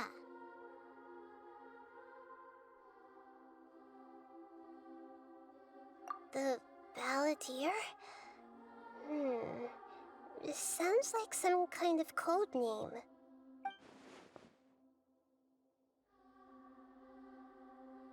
You look troubled. Is there something you need to tell me?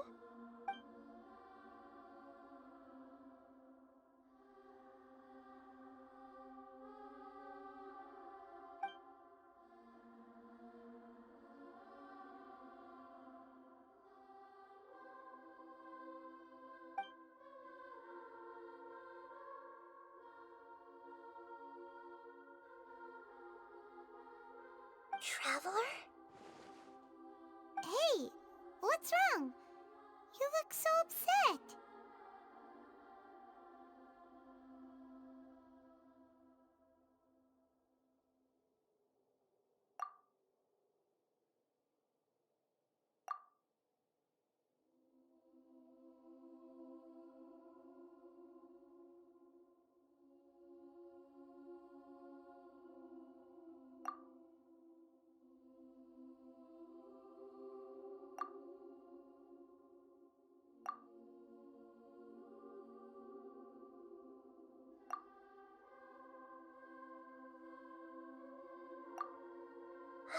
That's quite a story.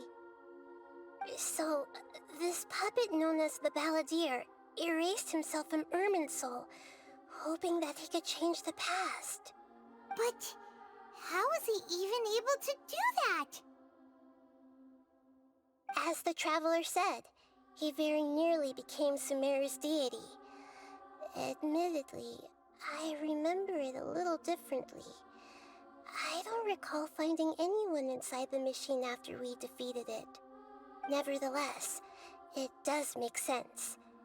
If someone were to successfully erase themselves from Irminsul, the world would change to reflect the new reality. So, you believe this person really existed, and we just don't remember him because... well, because he literally changed the world? Yes. Theoretically speaking, it is possible to do this. But I'm struggling to imagine the kind of person who would dare go through with it. The Traveler comes from a world beyond Javat. That's why there's no information about her in Irminsul. And it also explains why any changes to Irminsul wouldn't affect her. So if there's anyone in the world capable of retaining memories from a past that has been rewritten, it's you. It's quite incredible when you think about it.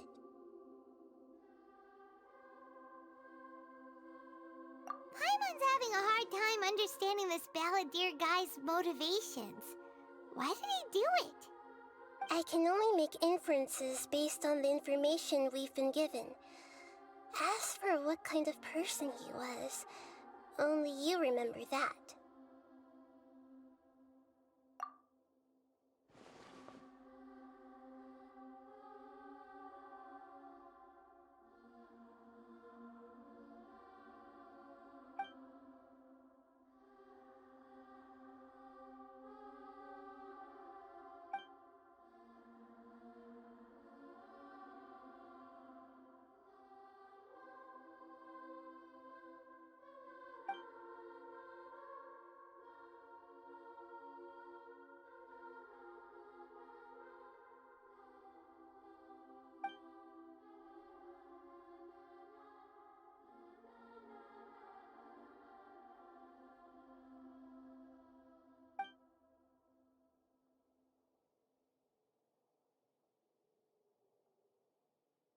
Something else worrying you? Something that you can't share?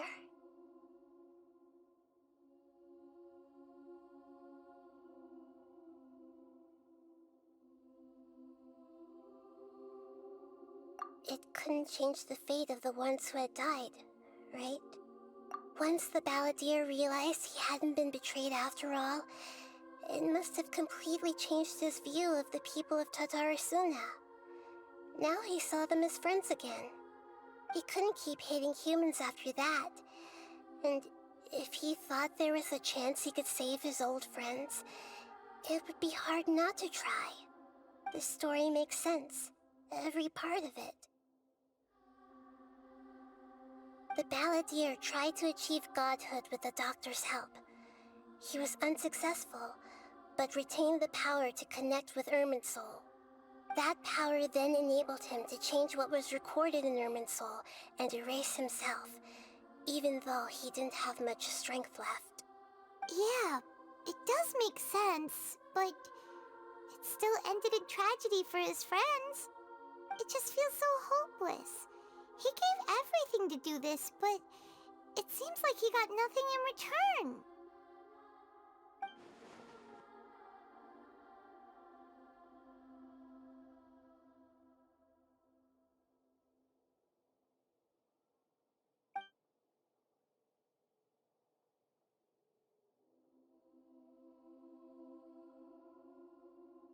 Please wait a moment. I want to check something. Found it. This should be the one. It turns out that I have a strange way of confirming everything she has told us.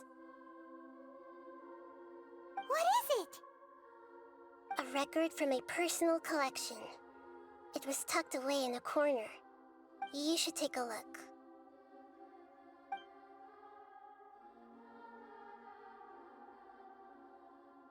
Is this a fairy tale? Who wrote it? I authored this record myself. Huh? You wrote a fairy tale that somehow has something to do with the balladeer? When combined with the Traveler's narrative, it's clear that this story is an allegory. Everything in it is a symbol for something else. Hold on. So this record survived from the past? Yes. Any information about the balladeer or the Kabukimono and other records will have been changed.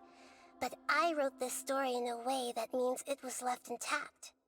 Changing the information in Irminsul changes to that.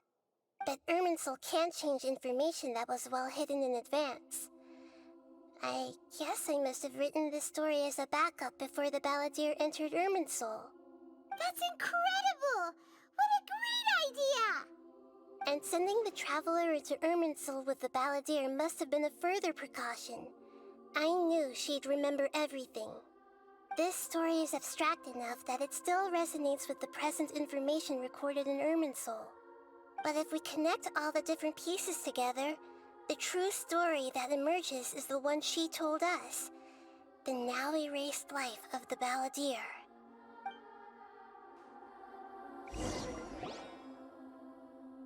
There was once a lone monster draped in fox fur. The monster found a family of foxes, joined them, and they became friends. The monster lived with the family day and night, and everyone treated it as one of their own. Once in a while, the monster would take off its fox fur at night and lament to itself as it gazed at its reflection in the water. I am a monstrosity, yet they are too foolish to see it. I pity them. But the monster soon found solace when another came to live among the foxes who was not their kin. A kitten, carved from the wood of a white tree who had been abandoned by the humans. The kitten too wished to become a fox, but its tail was too slender and it could not grow a coat of richly colored fur. Yet when the other foxes saw this, They spoke words of comfort to the kitten. Even without a tail and fur like ours, you are still one of us. Furious at this happy resolution, the monster lit a fire on the mountain. The terrified animals panicked as the fire spread. The only way to extinguish the flames was to make a sacrifice. A gray fox stood up and addressed the monster. It said, "You are the cleverest among us. Surely you can help us find a way to solve this." The monster smiled, led the fox toward the fire, and murdered it. The gray fox's heart was turned into a beautiful drop of water, clear, spotless, and pure. The monster gave the heart of water to the kitten, telling him, "The foxes have decided. You are the one who must be sacrificed. Take this, quench the flames, and die for your fox kin." The fire was extinguished, but the kitten lived. It left that side of the mountain and found a little bird who had a broken wing. The two promised they would spend their whole lives together, but the little bird did not have long left to live. It passed away soon after. After burying the bird, the kitten left the mountain for good.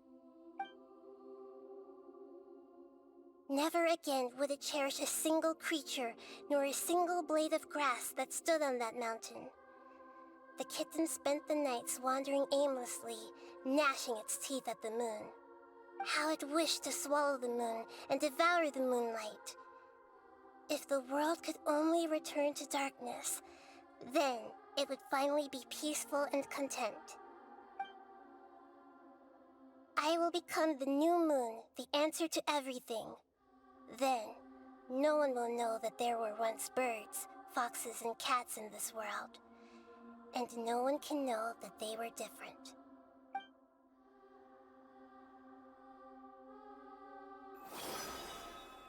We solved it! I remember now. This is not just the Balladeer story. It is his very own memories. I made a backup so that it would be preserved no matter what happened. To become a god, he was experimented on and modified countless times. It was brutal torture, and the only reason he was able to survive is that he was a puppet. This memory was extracted from him by the scholars.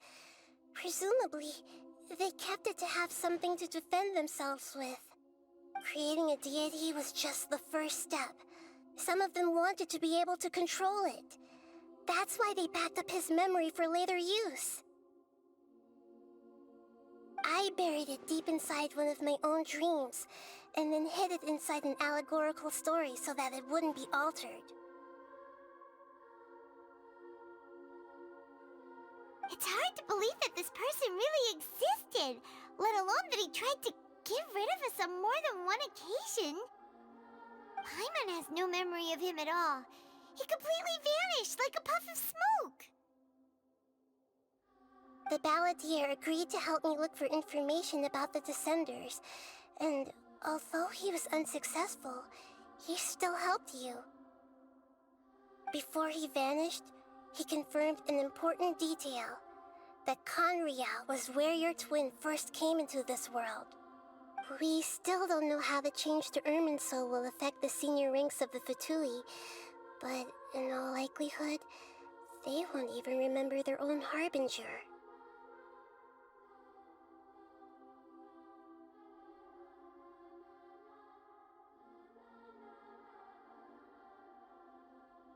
It sounds like Paimon wouldn't like this guy a whole lot if he was still around.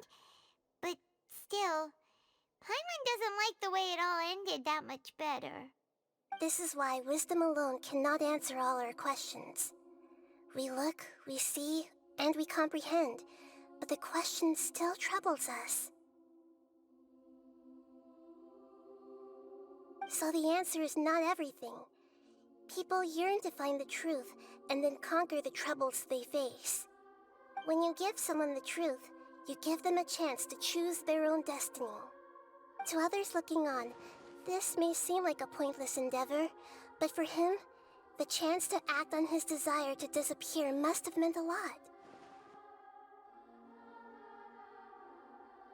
Never forget that even when we walk beneath dark clouds along a road filled with suffering, the light of wisdom is always there, guiding us toward a better destination.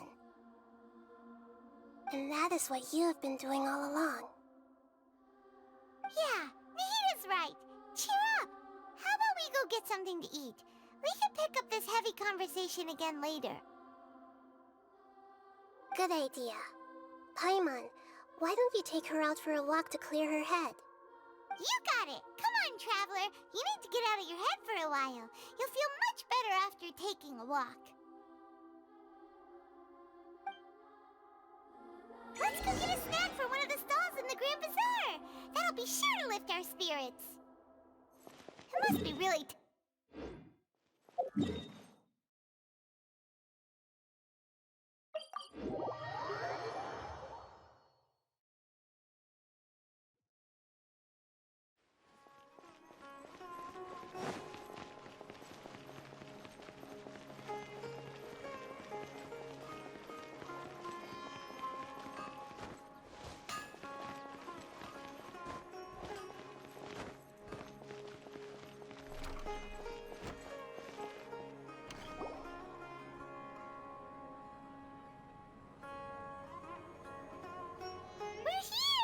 What should we eat first?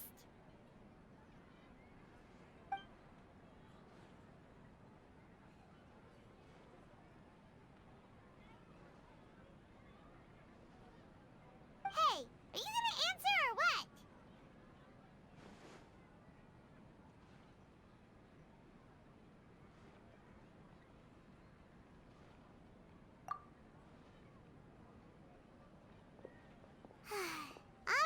Whatever you want.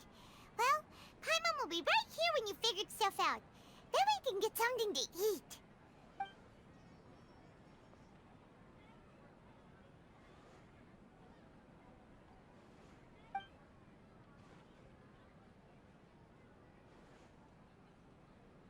What is it?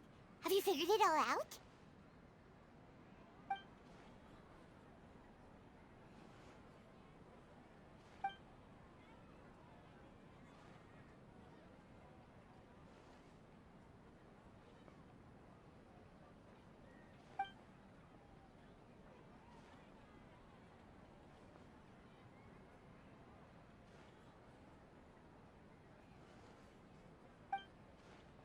Why'd you jump up all of a sudden?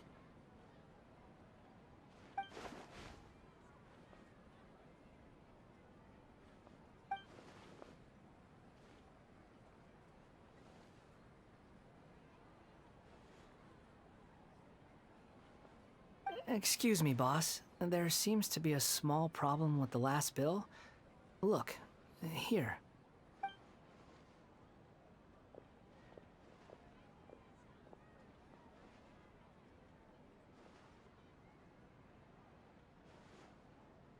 Hey! Hey, wait! Hmm? You mean me? No, not you. That kid! Didn't you see? Little rascal grabbed my last 2 fresh Sunsettias and ran off. Look, if you're gonna help out here, you can't keep spacing out, okay? What is it? Work's too boring for you? Or has the big city got too many distractions? I wasn't paying close enough attention. Sorry, boss. I think you're right. Maybe it's the city. It's so exciting. It can be hard to focus. Who's that guy? You know him or something? He's who? You're a strange one, kiddo. You say you don't want any money for helping out here, and then when I actually give you some work to do, you keep letting yourself get distracted. I don't want to take advantage, so I'm happy to pay you what I'd pay anyone else. But if you keep acting like this, pretty soon I won't be able to afford to. No, please. I mean it. You don't need to pay me anything. I'm just so thankful you agreed to take on an outsider like me. You're welcome, I guess. But I got bigger things to worry about. Look, we're all out of Sunsettias, and I promised the lady down the street I'd deliver a fruit bowl this evening. Leave it to me. I'll find some more. Just a moment. I'll be right back. Stop. I'm gonna level with you, kiddo. I've never met a worker who said they didn't want a wage before. And at first, I got greedy. Couldn't believe my luck. But I figured you'd start asking for something in return eventually. You don't want money. You don't take days off. And in your free time, all I see you do is wander around, taking in the sights. Are you a drifter or something? That's right, I am. We can talk more about that later. First, let me get those fruits you needed. Sunsettias, was it? I'll be right back. Hey, what do we do now?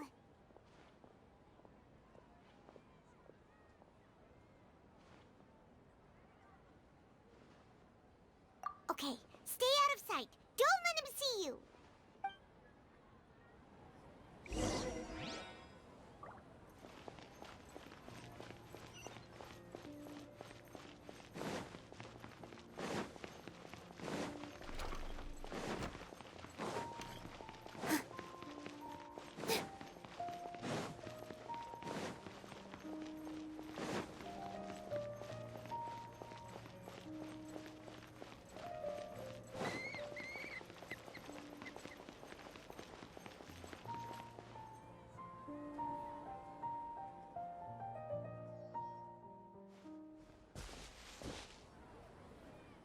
Yeah, this'll do. Even though you say he's the balladeer, what are we planning on doing? Stealing his Sunsettias? Isn't that a bit too cruel? Oh, alright. This should be enough. Guess I should wash them before I take them back.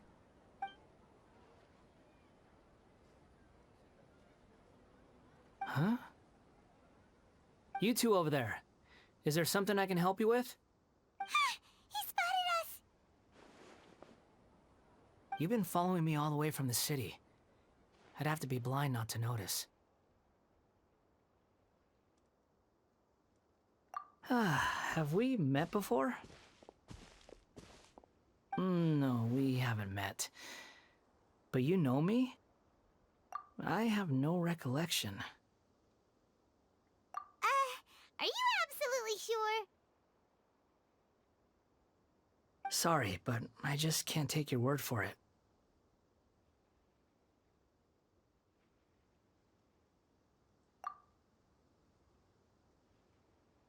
A puppet? What makes you think that?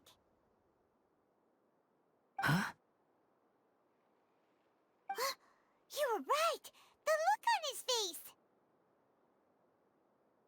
I guess you do know me after all.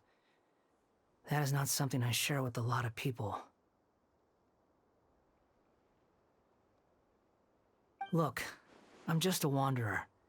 But seeing as you've gone through all this trouble to track me down, I'm sure whatever it is must be important. Okay, but please let me deliver these goods to my boss first. Are you really working for that guy? He said you don't want any more for it. Is that true? Yes, I ran into him out in the wilderness during a storm, and he let me take shelter in his cart. In return, I said I'd be his helper for a while. That's oddly nice of you. Let me take these back. Then I'll come with you, okay? Then let's return to the city.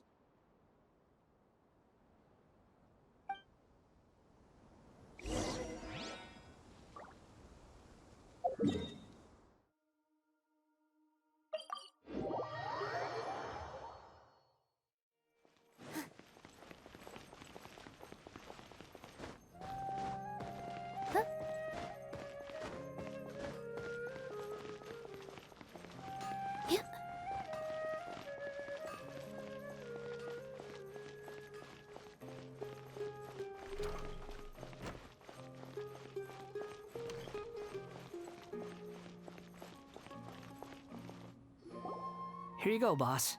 I'll leave them right here. Oh, you really went and picked some more. Who are these two? Something's come up, and they need to borrow me. Sorry, boss. I'm afraid I'll be away from the stall for a while. I was just about to pay you anyway. Go wherever you want, kid. Don't waste your time here. What? I get it, okay? You just wanted to help me out, to thank me for giving you shelter from the rain that day. Even then, I don't understand why you're so adamant that you don't want any pay for it. But look, it was pouring down, and there you were, sauntering along without a care in the world, like you had nowhere to be and didn't even care that it was raining. Imagine you were me for a second. It's a little weird, right? Why is this guy traveling during a rainstorm if he's not trying to get somewhere? And why is he taking a shortcut through the open country if he's not even in a hurry? But anyway, taking you in didn't put me out even slightly. You don't owe me a thing for it. Certainly not all this. Your time is valuable. You know, you should go live your life. But I don't...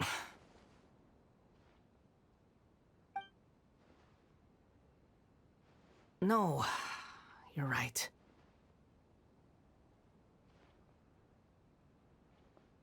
Then I suppose this is where we say goodbye. Thank you again for taking me into the city. Don't mention it, kiddo. I've run into all kinds of characters over the years. I just hope you find your path. Thank you.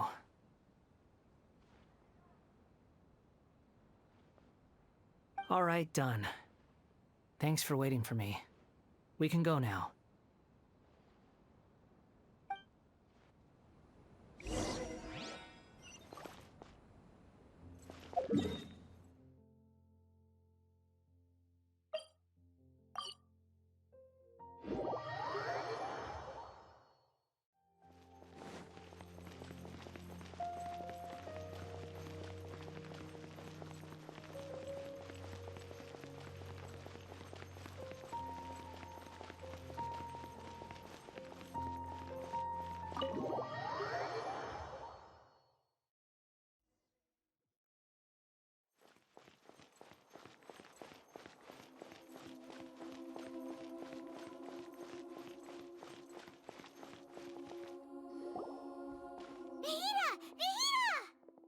What's wrong?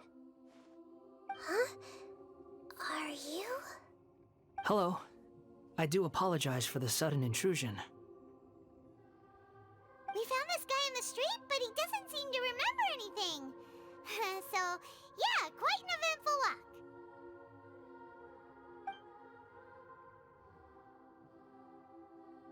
You say that you are trekking across Teyvat to train yourself. Many other Inazumans who describe themselves in this way call themselves Shugenja. Why do you refer to yourself as a wanderer? Well, it seems more relevant in my case. To me, it sounds like a plant with no roots. But these two claim that they know me, and that I have a hidden past unknown even to myself. I wouldn't call it the past, but rather... this is a difficult one to explain. I don't like to rely on using terms like this often, but in your case, it seems that it ought to be called, previous incarnation. Oh, like a past life or something? Yes, something far more distant than the past. So far away that you cannot perceive it. Okay, I have to ask. What was I like in my previous incarnation?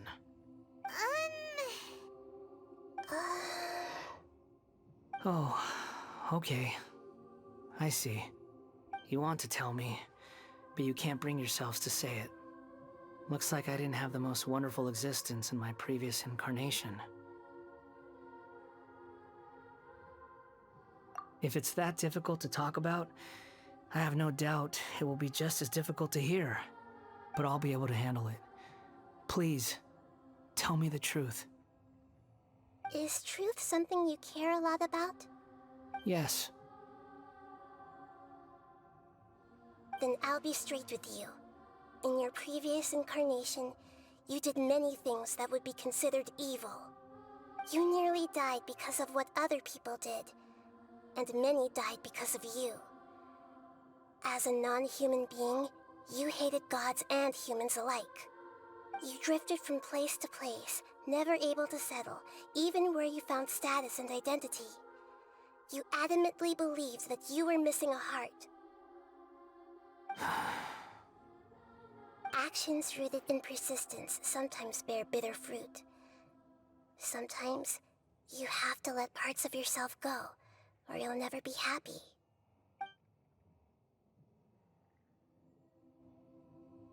I gave everything I had, but it barely changed history at all. In terms of the outcome alone, that's true. I don't think I can judge everything I've heard purely in terms of right and wrong. Each choice a person makes belongs to a specific place and time, a chain of cause and effect, a cycle of karma and consequence. That is the nature of truth. If one thing is right, its opposite must be wrong. And yet, dichotomies like this are not enough to explain the world in all of its complexity. It seems like my previous incarnation wasn't the most likable individual. We're not trying to hurt your feelings or anything, but yeah, we weren't your biggest fans.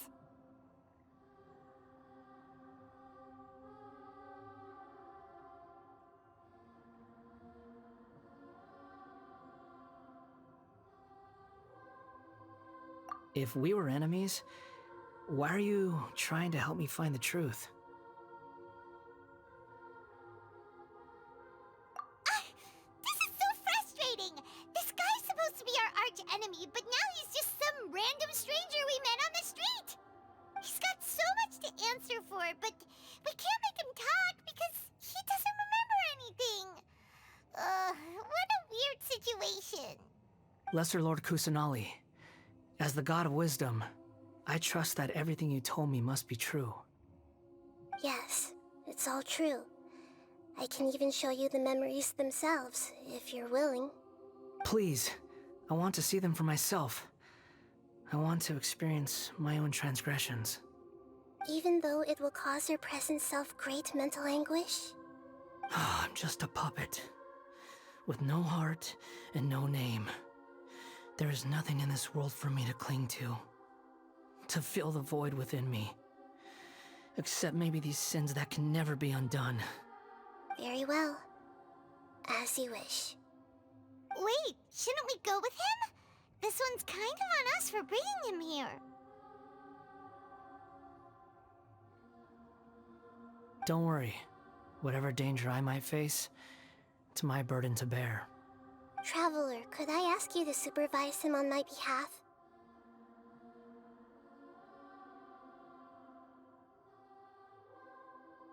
Oh, good point. Given your, unique situation, we'd better keep an eye on you. Understood. Thank you. Now, prepare yourselves, everyone.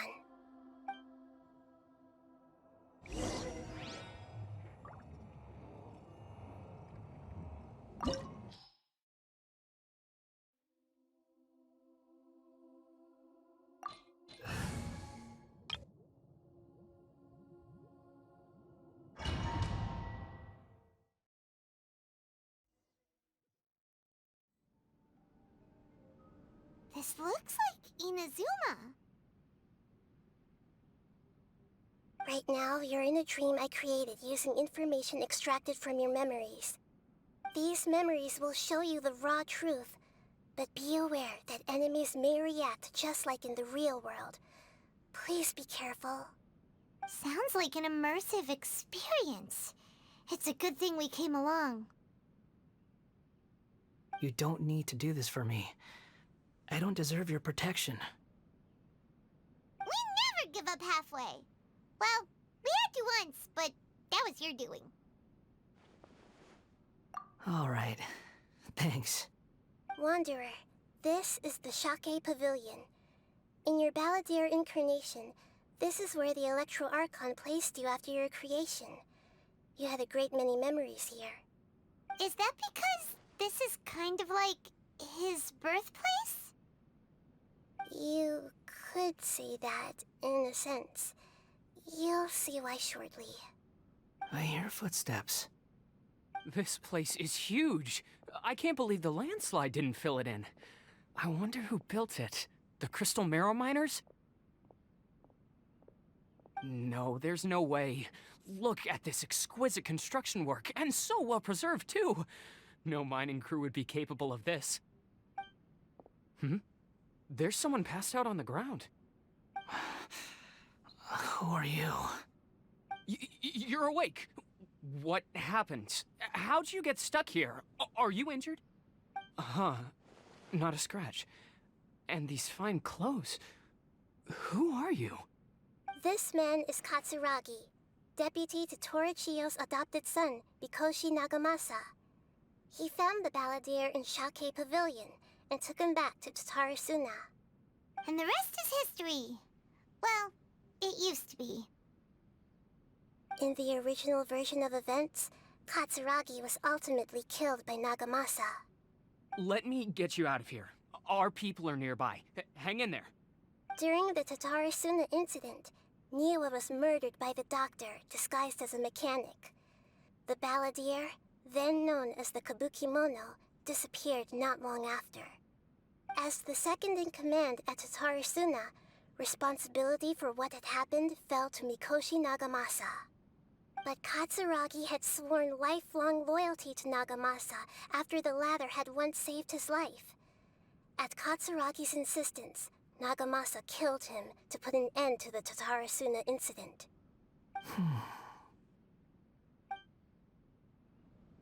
Katsuragi seems like he was a good guy. He looks like a warrior, but he has a kind face. Why couldn't he live a long and happy life?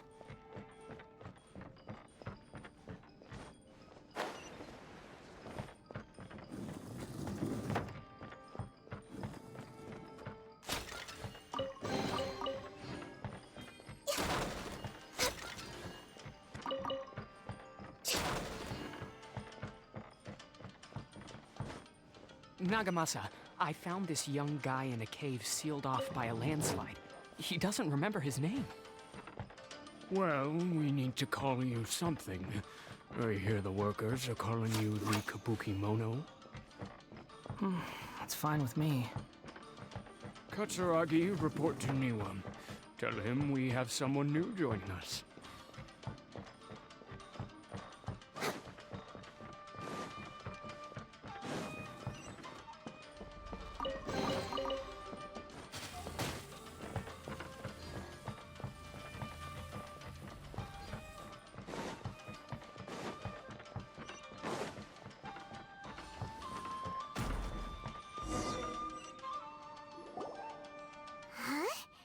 What are we doing back here?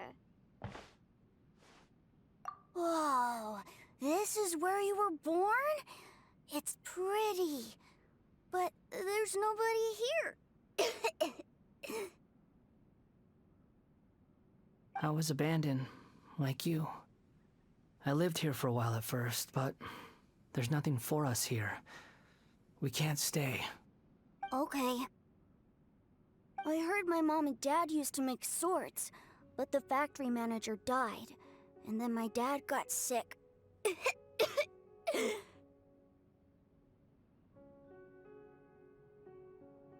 He kept coughing all the time, just like me.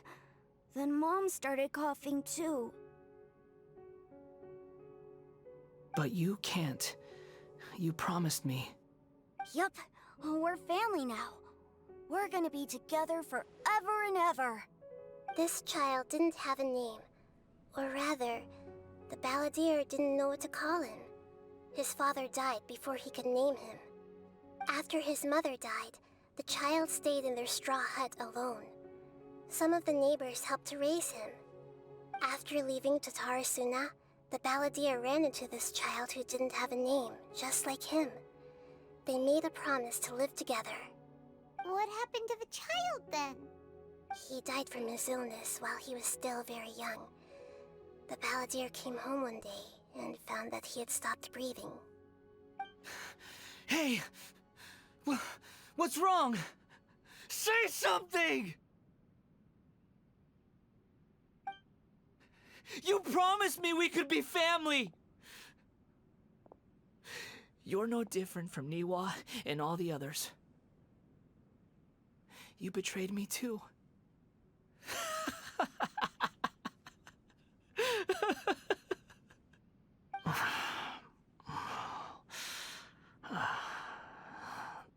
The voices have gone. It looks like the memory ends here.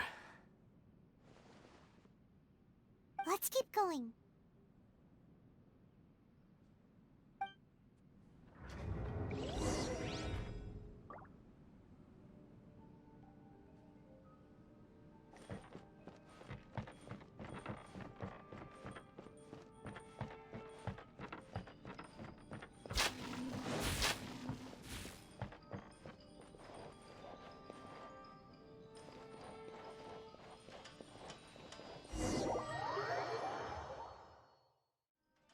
You do realize you're blocking my path.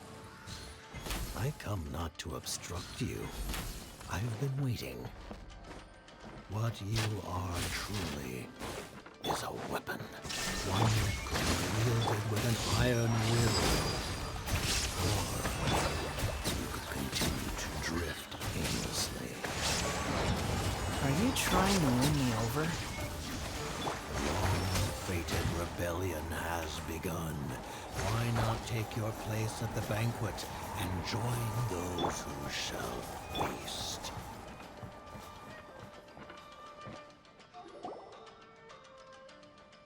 This place is dark. Paimon knows this place. It's the Delusion Factory in Inazuma. In the original version of events, the Traveler once encountered the balladeer here. Such a creepy atmosphere. And so familiar.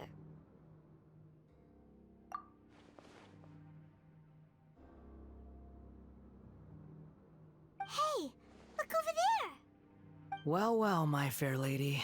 Is this rundown factory and these incompetent fools all for me? Wow. You shouldn't have. Huh. What do you have to gain from belittling your subordinates? You might not want to admit it, but you are a part of this plan. Perhaps you find fighting in the Abyss to be a more meaningful use of your time? Oh, but of course, even this pales in comparison to being experimented on by the Doctor. What a sharp tongue you have. Funny how negotiating never seems to be your strong suit. For the task ahead, I suggest you keep your true feelings to yourself. Save your breath. I know what I have to do. I'm sure you think so, but I still think you need to hear it. Don't start thinking you're invincible, and don't let your emotions get in the way. Surely you're not worried about me. I just can't have you getting in my way. You and Child never fail to find ways to complicate things. I'm merely lighting a little fire in this chaotic nation. But you, being tossed out like trash, must make you want to destroy it completely. Do you remember the last time you were here? That was a lot of swordsmiths you killed. I'm sure the descendants of the Raiden Gokaden are still suffering the consequences now. Look at you. Oh, don't get so sentimental. Now, give that poor little tongue of yours a rest and stop pretending like you're above everyone else. Bye then. See you at the victory feast. Poor little tongue? She's playing with fire talking to me like that. Who does she think she is? Forget it. Someone might find me here any minute now. I should prepare to give them a warm welcome.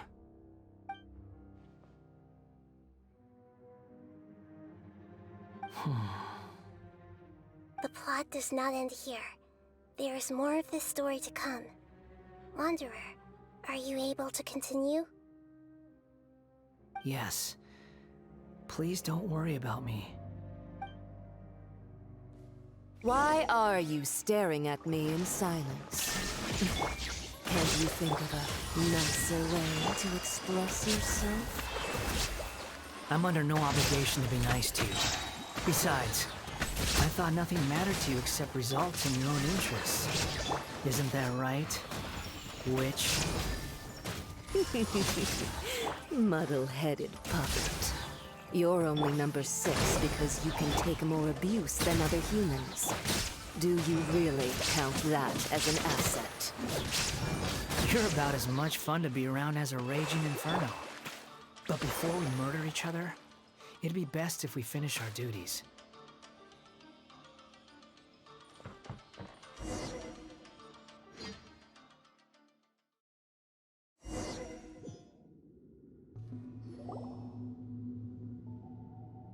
Looks like we've arrived in Sumeru.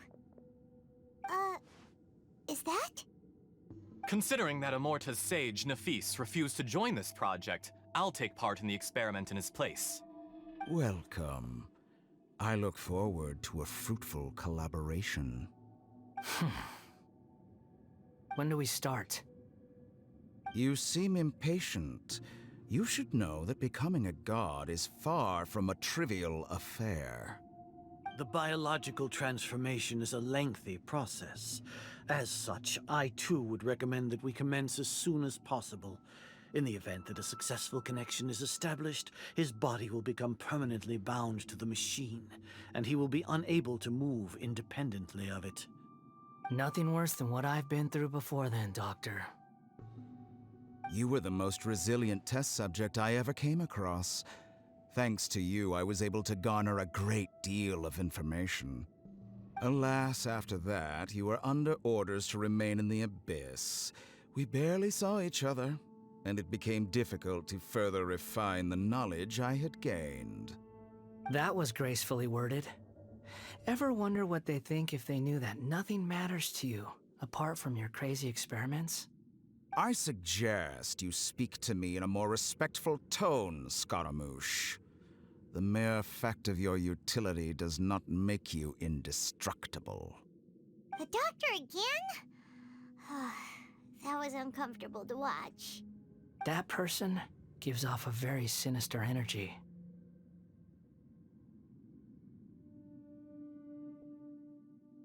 It's normal for him to give you the creeps. He scares the bejeebers out of Paimon. Let's move on.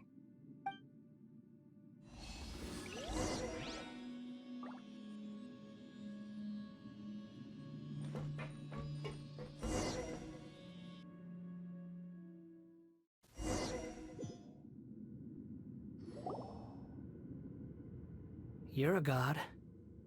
Do you think I'm evil? If you accept that he is you, just as you are you, then yes, you are evil. In your eyes, are there any differences between humans and puppets? Do you think there are any differences between your present self and your previous and future incarnations? If not, then what are the differences between humans and puppets? Whoever has tasted the joys and sorrows of life in the human realm is human. Whoever has loved and lost, cried with grief, howled with rage at the tragedy of death that eclipses the miracle of life, they are human too.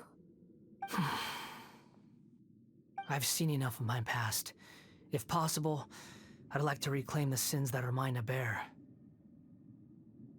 No matter the consequences, I won't run from blame or punishment. Whatever I am due, let it come to pass. Can you return my memories to me? Huh? But won't that mean you'll lose your current identity? I've always believed that human lives follow a set of rules. with each person being a collection of past experiences. As a puppet living in a human world, my life is subject to the same rules. Regaining your memories means reverting completely to your previous incarnation. All the emotions that you discarded will return to you. Are you sure you want to do this? I've lived with a void in my chest my whole life. My creator didn't need me. And ever since I awoke, I've just drifted from one place to the next. But then I met you. And I finally realized that reclaiming my missing sins might be my one opportunity to become my true self.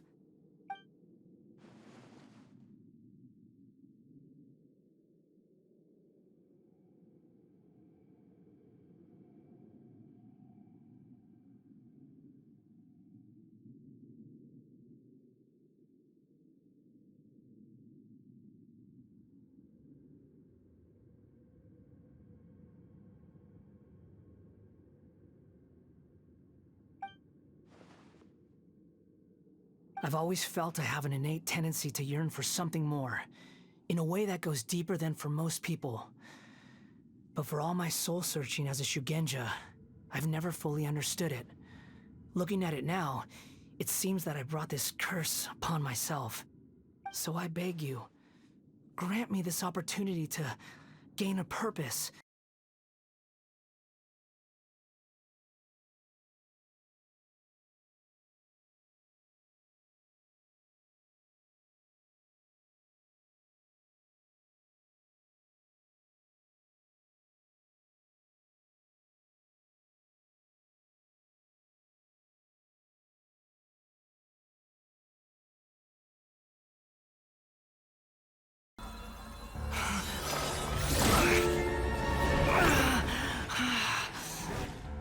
Set him free. A puppet? What's he doing here? You're a human as far as I'm concerned. Everyone's here. Wonderful. What a fine blade. Nagamasa will be thrilled. This is my...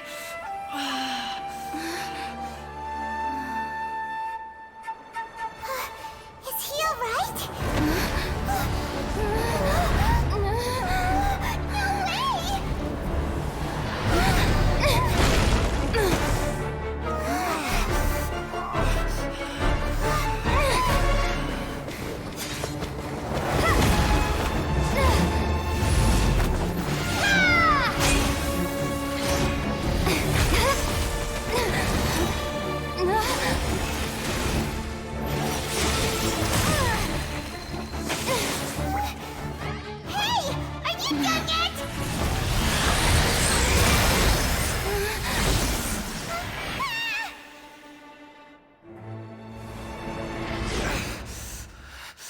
All worthless dross will be purged.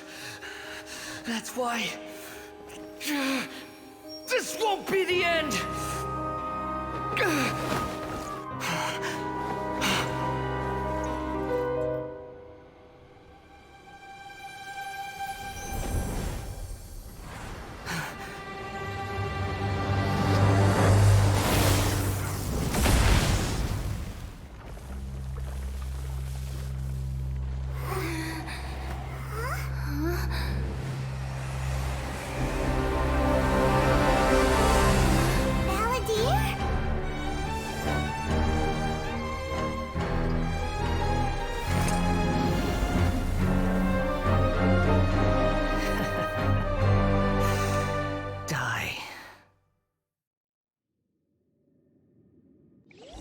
This is trying my patience. Have you got all your memories back now? Got any more stupid questions?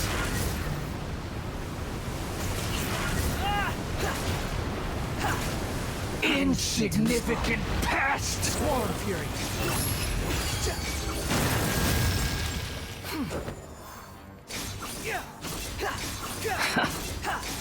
That's far enough.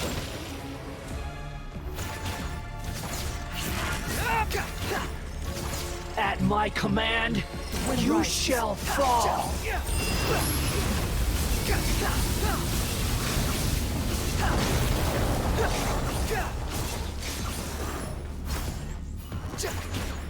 Insignificant pest!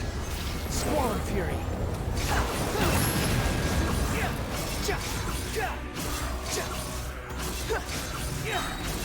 Bow your head! My endless cycle begins! Oh, behold!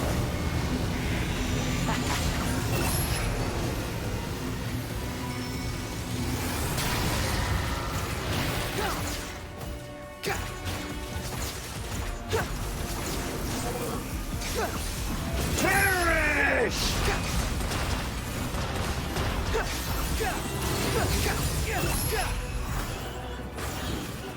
Feeble human! Squall Fury!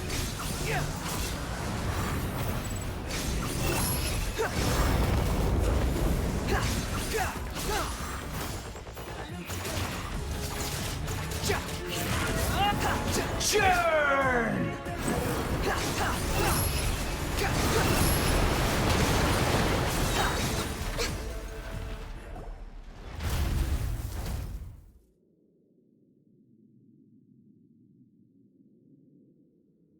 Imbecile! Get out of my sight. It disappeared.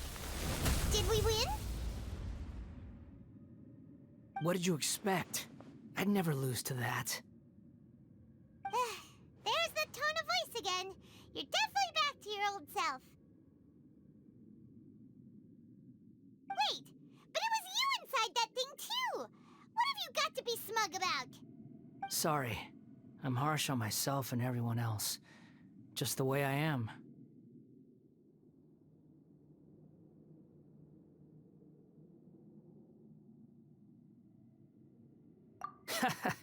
You sound like you're concerned about me.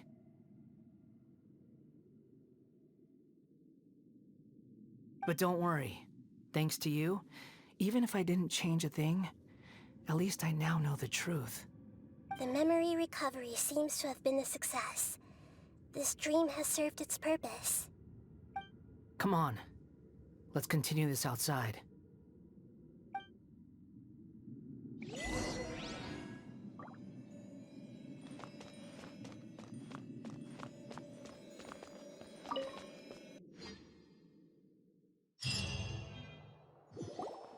Welcome back, Traveler, Paimon, Balladeer.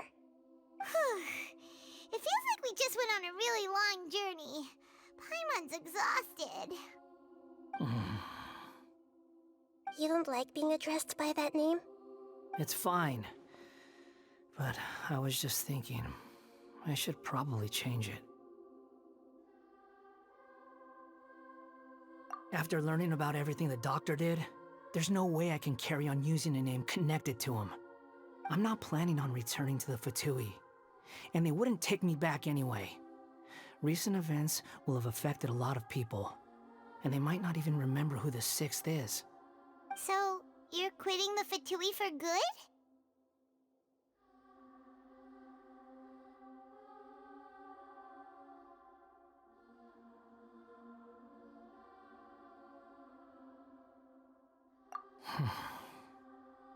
It's like you said, Lesser Lord Kusanali. Everything may look futile, but it wasn't completely meaningless. At least I made a lot of people forget about me. But that doesn't mean your own past has disappeared. Of course. And your main goal, for which you gave up everything you had, you weren't able to achieve it. I hope you can see and understand that. Changing the world, changing the past, changing the fates of other people, these are not simple things to accomplish. What you are looking for is complete annihilation. But this is just a fantasy. Even if the Balladeer is removed from existence, the world will not heed your will. Indeed. How ridiculous. Do you regret doing all that when you've gotten so little in return? Even if I'm completely worthless, There's nothing in the world worth regretting. Lesser Lord Kusanali, you purposely left that information in Irminsul, didn't you? Yes, and I took pains to make sure that you'd acquire that information naturally. Why would you go to such lengths? You trying to win me over too? In all honesty, your past experiences have made you a useful asset to Sumeru and to me. Winning you over was indeed a part of my plan. But before that, I wanted to tell you the truth about your past.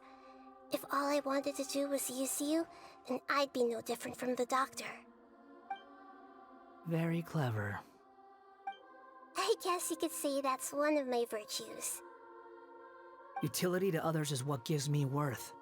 So if embracing my sins is what it takes to make me useful again, so be it. Oh right, I almost forgot. You're the good guys. You're into justice and all that. Sorry if I have a slightly different perspective on things, but I don't feel like I've been duped. The wisest leaders are fated to end up with the best helpers. I can live with that. I'm glad you're able to think of it in that way. Traveler, in the future, I'll continue to search Irminsul more deeply and see what secrets can be uncovered, including the beginning of your twins' journey recorded in Irminsul. What exactly happened before and after that point? I want to know as well. I will try. Traveler. After I dove into the information torrents in Irminsul, why did you go to Inazuma? So that's how you found out whose fate had changed. And how? Well, whatever your reasons, you did me a favor. And I'll do everything I can to pay it back.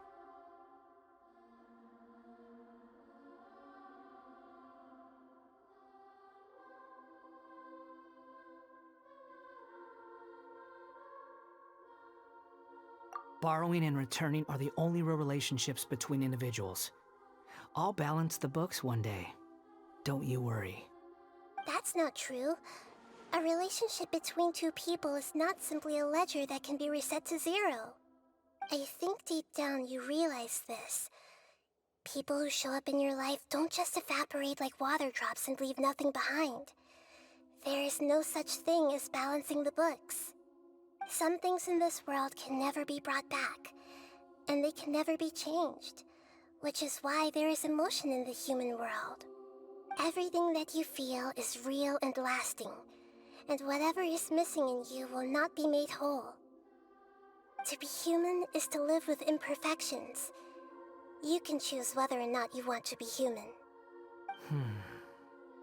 But humans can't live without a heart, can they?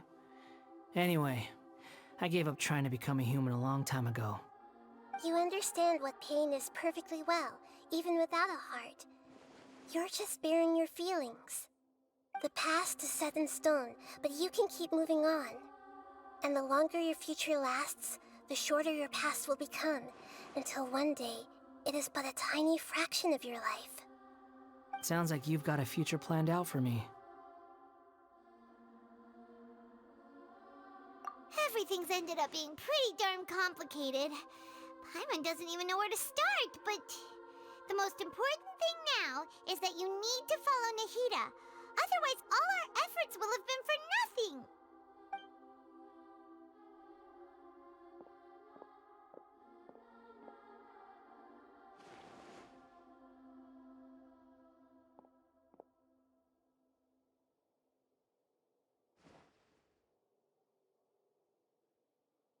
Then I guess I'll be helping you from behind the scenes from now on.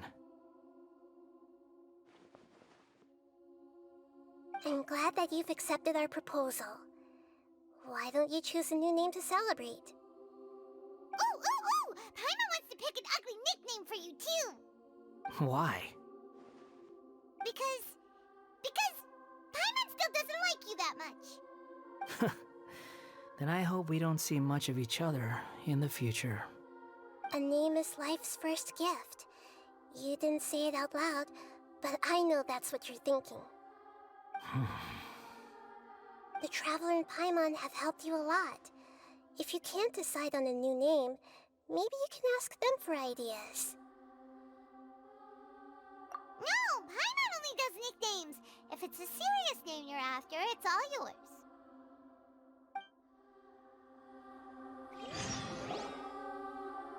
Have you got anything?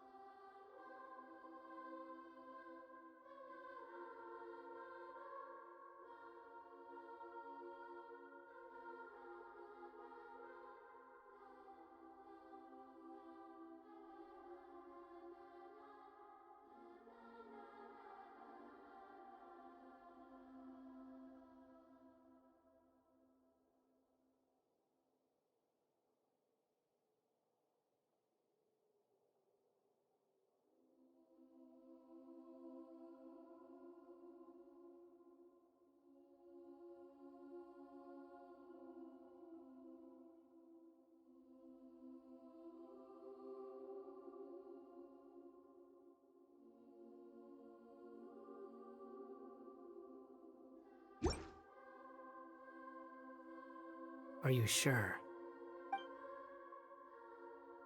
Oh, alright. If you say so. There. Now you have a name of your own. What about a nickname? Are you done yet? Still thinking. Stop rushing me! Take your time. I don't need to see you again until you've thought of one. Everyone who manipulated me and made me suffer will have to pay the price. You mean the Fatui? The doctor, at least. Now that your stance has changed, I believe your future path will change accordingly. But it won't be immediate. You still need some time to compose yourself. One more thing. There are still some descendants of the Raiden Gokuden living in Inazuma. Some of them know. Well, they ought to know about the connection between Raiden Gokuden and myself. I don't plan to leave Sumeru for the time being. If you see them in Inazuma, please tell them that I was the one responsible for the Raiden Gokuden's downfall. Even though the events have been erased from the world, they still deserve to know the truth. I see. That is up to you. Huh? But if we do that, then... It's fine. Let them stab their blades into my chest if they so desire. Maybe that's how it always should have been.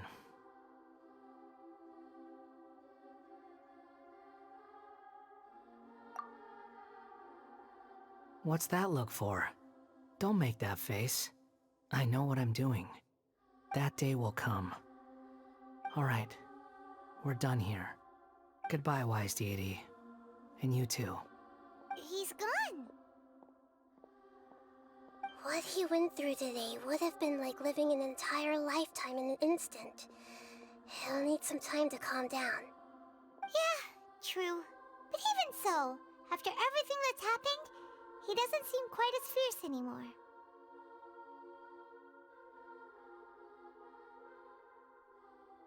So we can finally go eat? Paimon is starving. Thank you both. I hope you will find somewhere nice to go and relax for a while.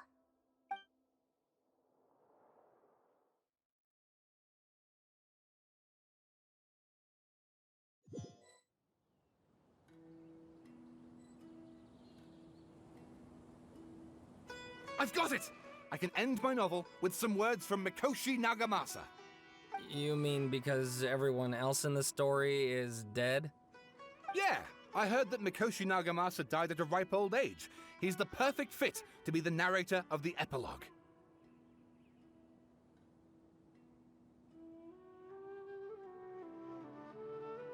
The dark clouds had dissipated, but they continued to cast their shadow in Mikoshi Nagamasa's mind for decades to come.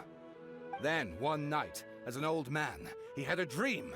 On the night when that prized blade, the Daitatara Nagamasa, was forged, the people rejoiced, and there was painting, dancing, and drinking. All these expressions of joy melted down in the furnace fire and turned into red clouds that rallied around the final sunrise that Mikoshi Nagamasa saw in his lifetime. Life is a story too long to be told, a journey that you must walk to behold.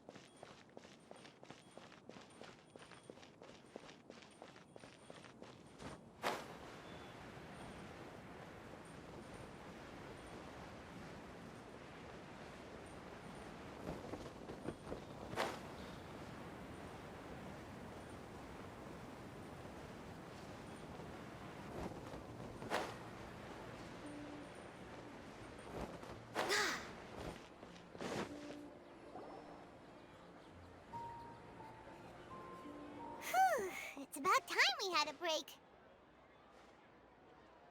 As soon as you stop, all the tiredness and hunger comes rushing back.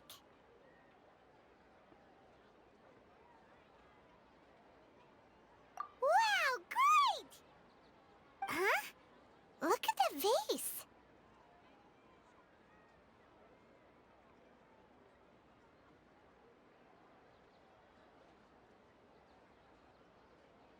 Did someone break it while they were cleaning the room or something?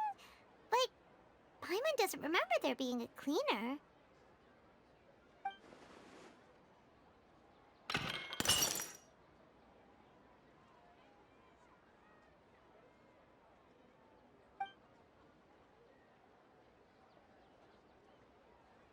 You sound lost and confused. I know why you are troubled. Any who knew of this would find their mind overwhelmed. Huh? Is there someone here talking to us? Unfortunately, the fate of Tevat cannot easily be changed. Perhaps a god may have a slim chance, but for anyone else, who can say? When a small animal runs into a tree trunk, though the tree may sway, it is not displaced. The same is true of fate, like a vase that falls to the ground. Whether it is broken by a cat or by a bird, the result is still a broken vase, is it not?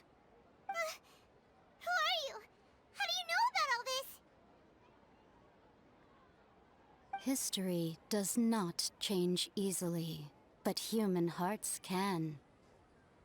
Believe your own eyes. Only that which you see is true. What is unseen is but an illusion.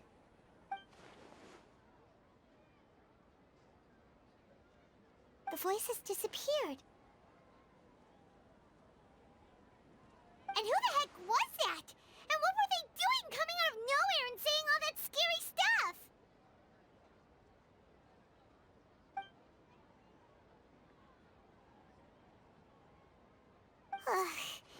Anyway, that face is still lying there broken on the ground. Should Paimon go get someone to clean it up? It feels wrong just leaving it there. Just a moment. Paimon will be right back.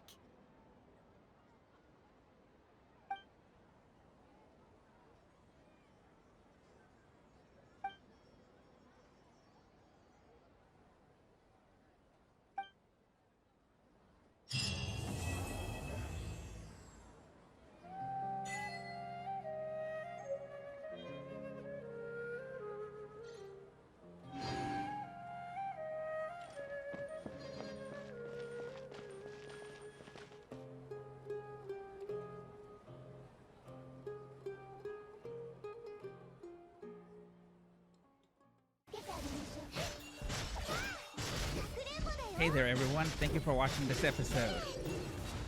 Please leave a like, it would help me get more visibility on the YouTube algorithm. Leave a comment, and if you're not subscribed, then subscribe. And follow me on my social media, especially on Twitter, where I will announce when I go live on Twitch. And follow me on Twitch also at twitch.tv/TheRealDark1. And I hope to see you over there and in the next episode.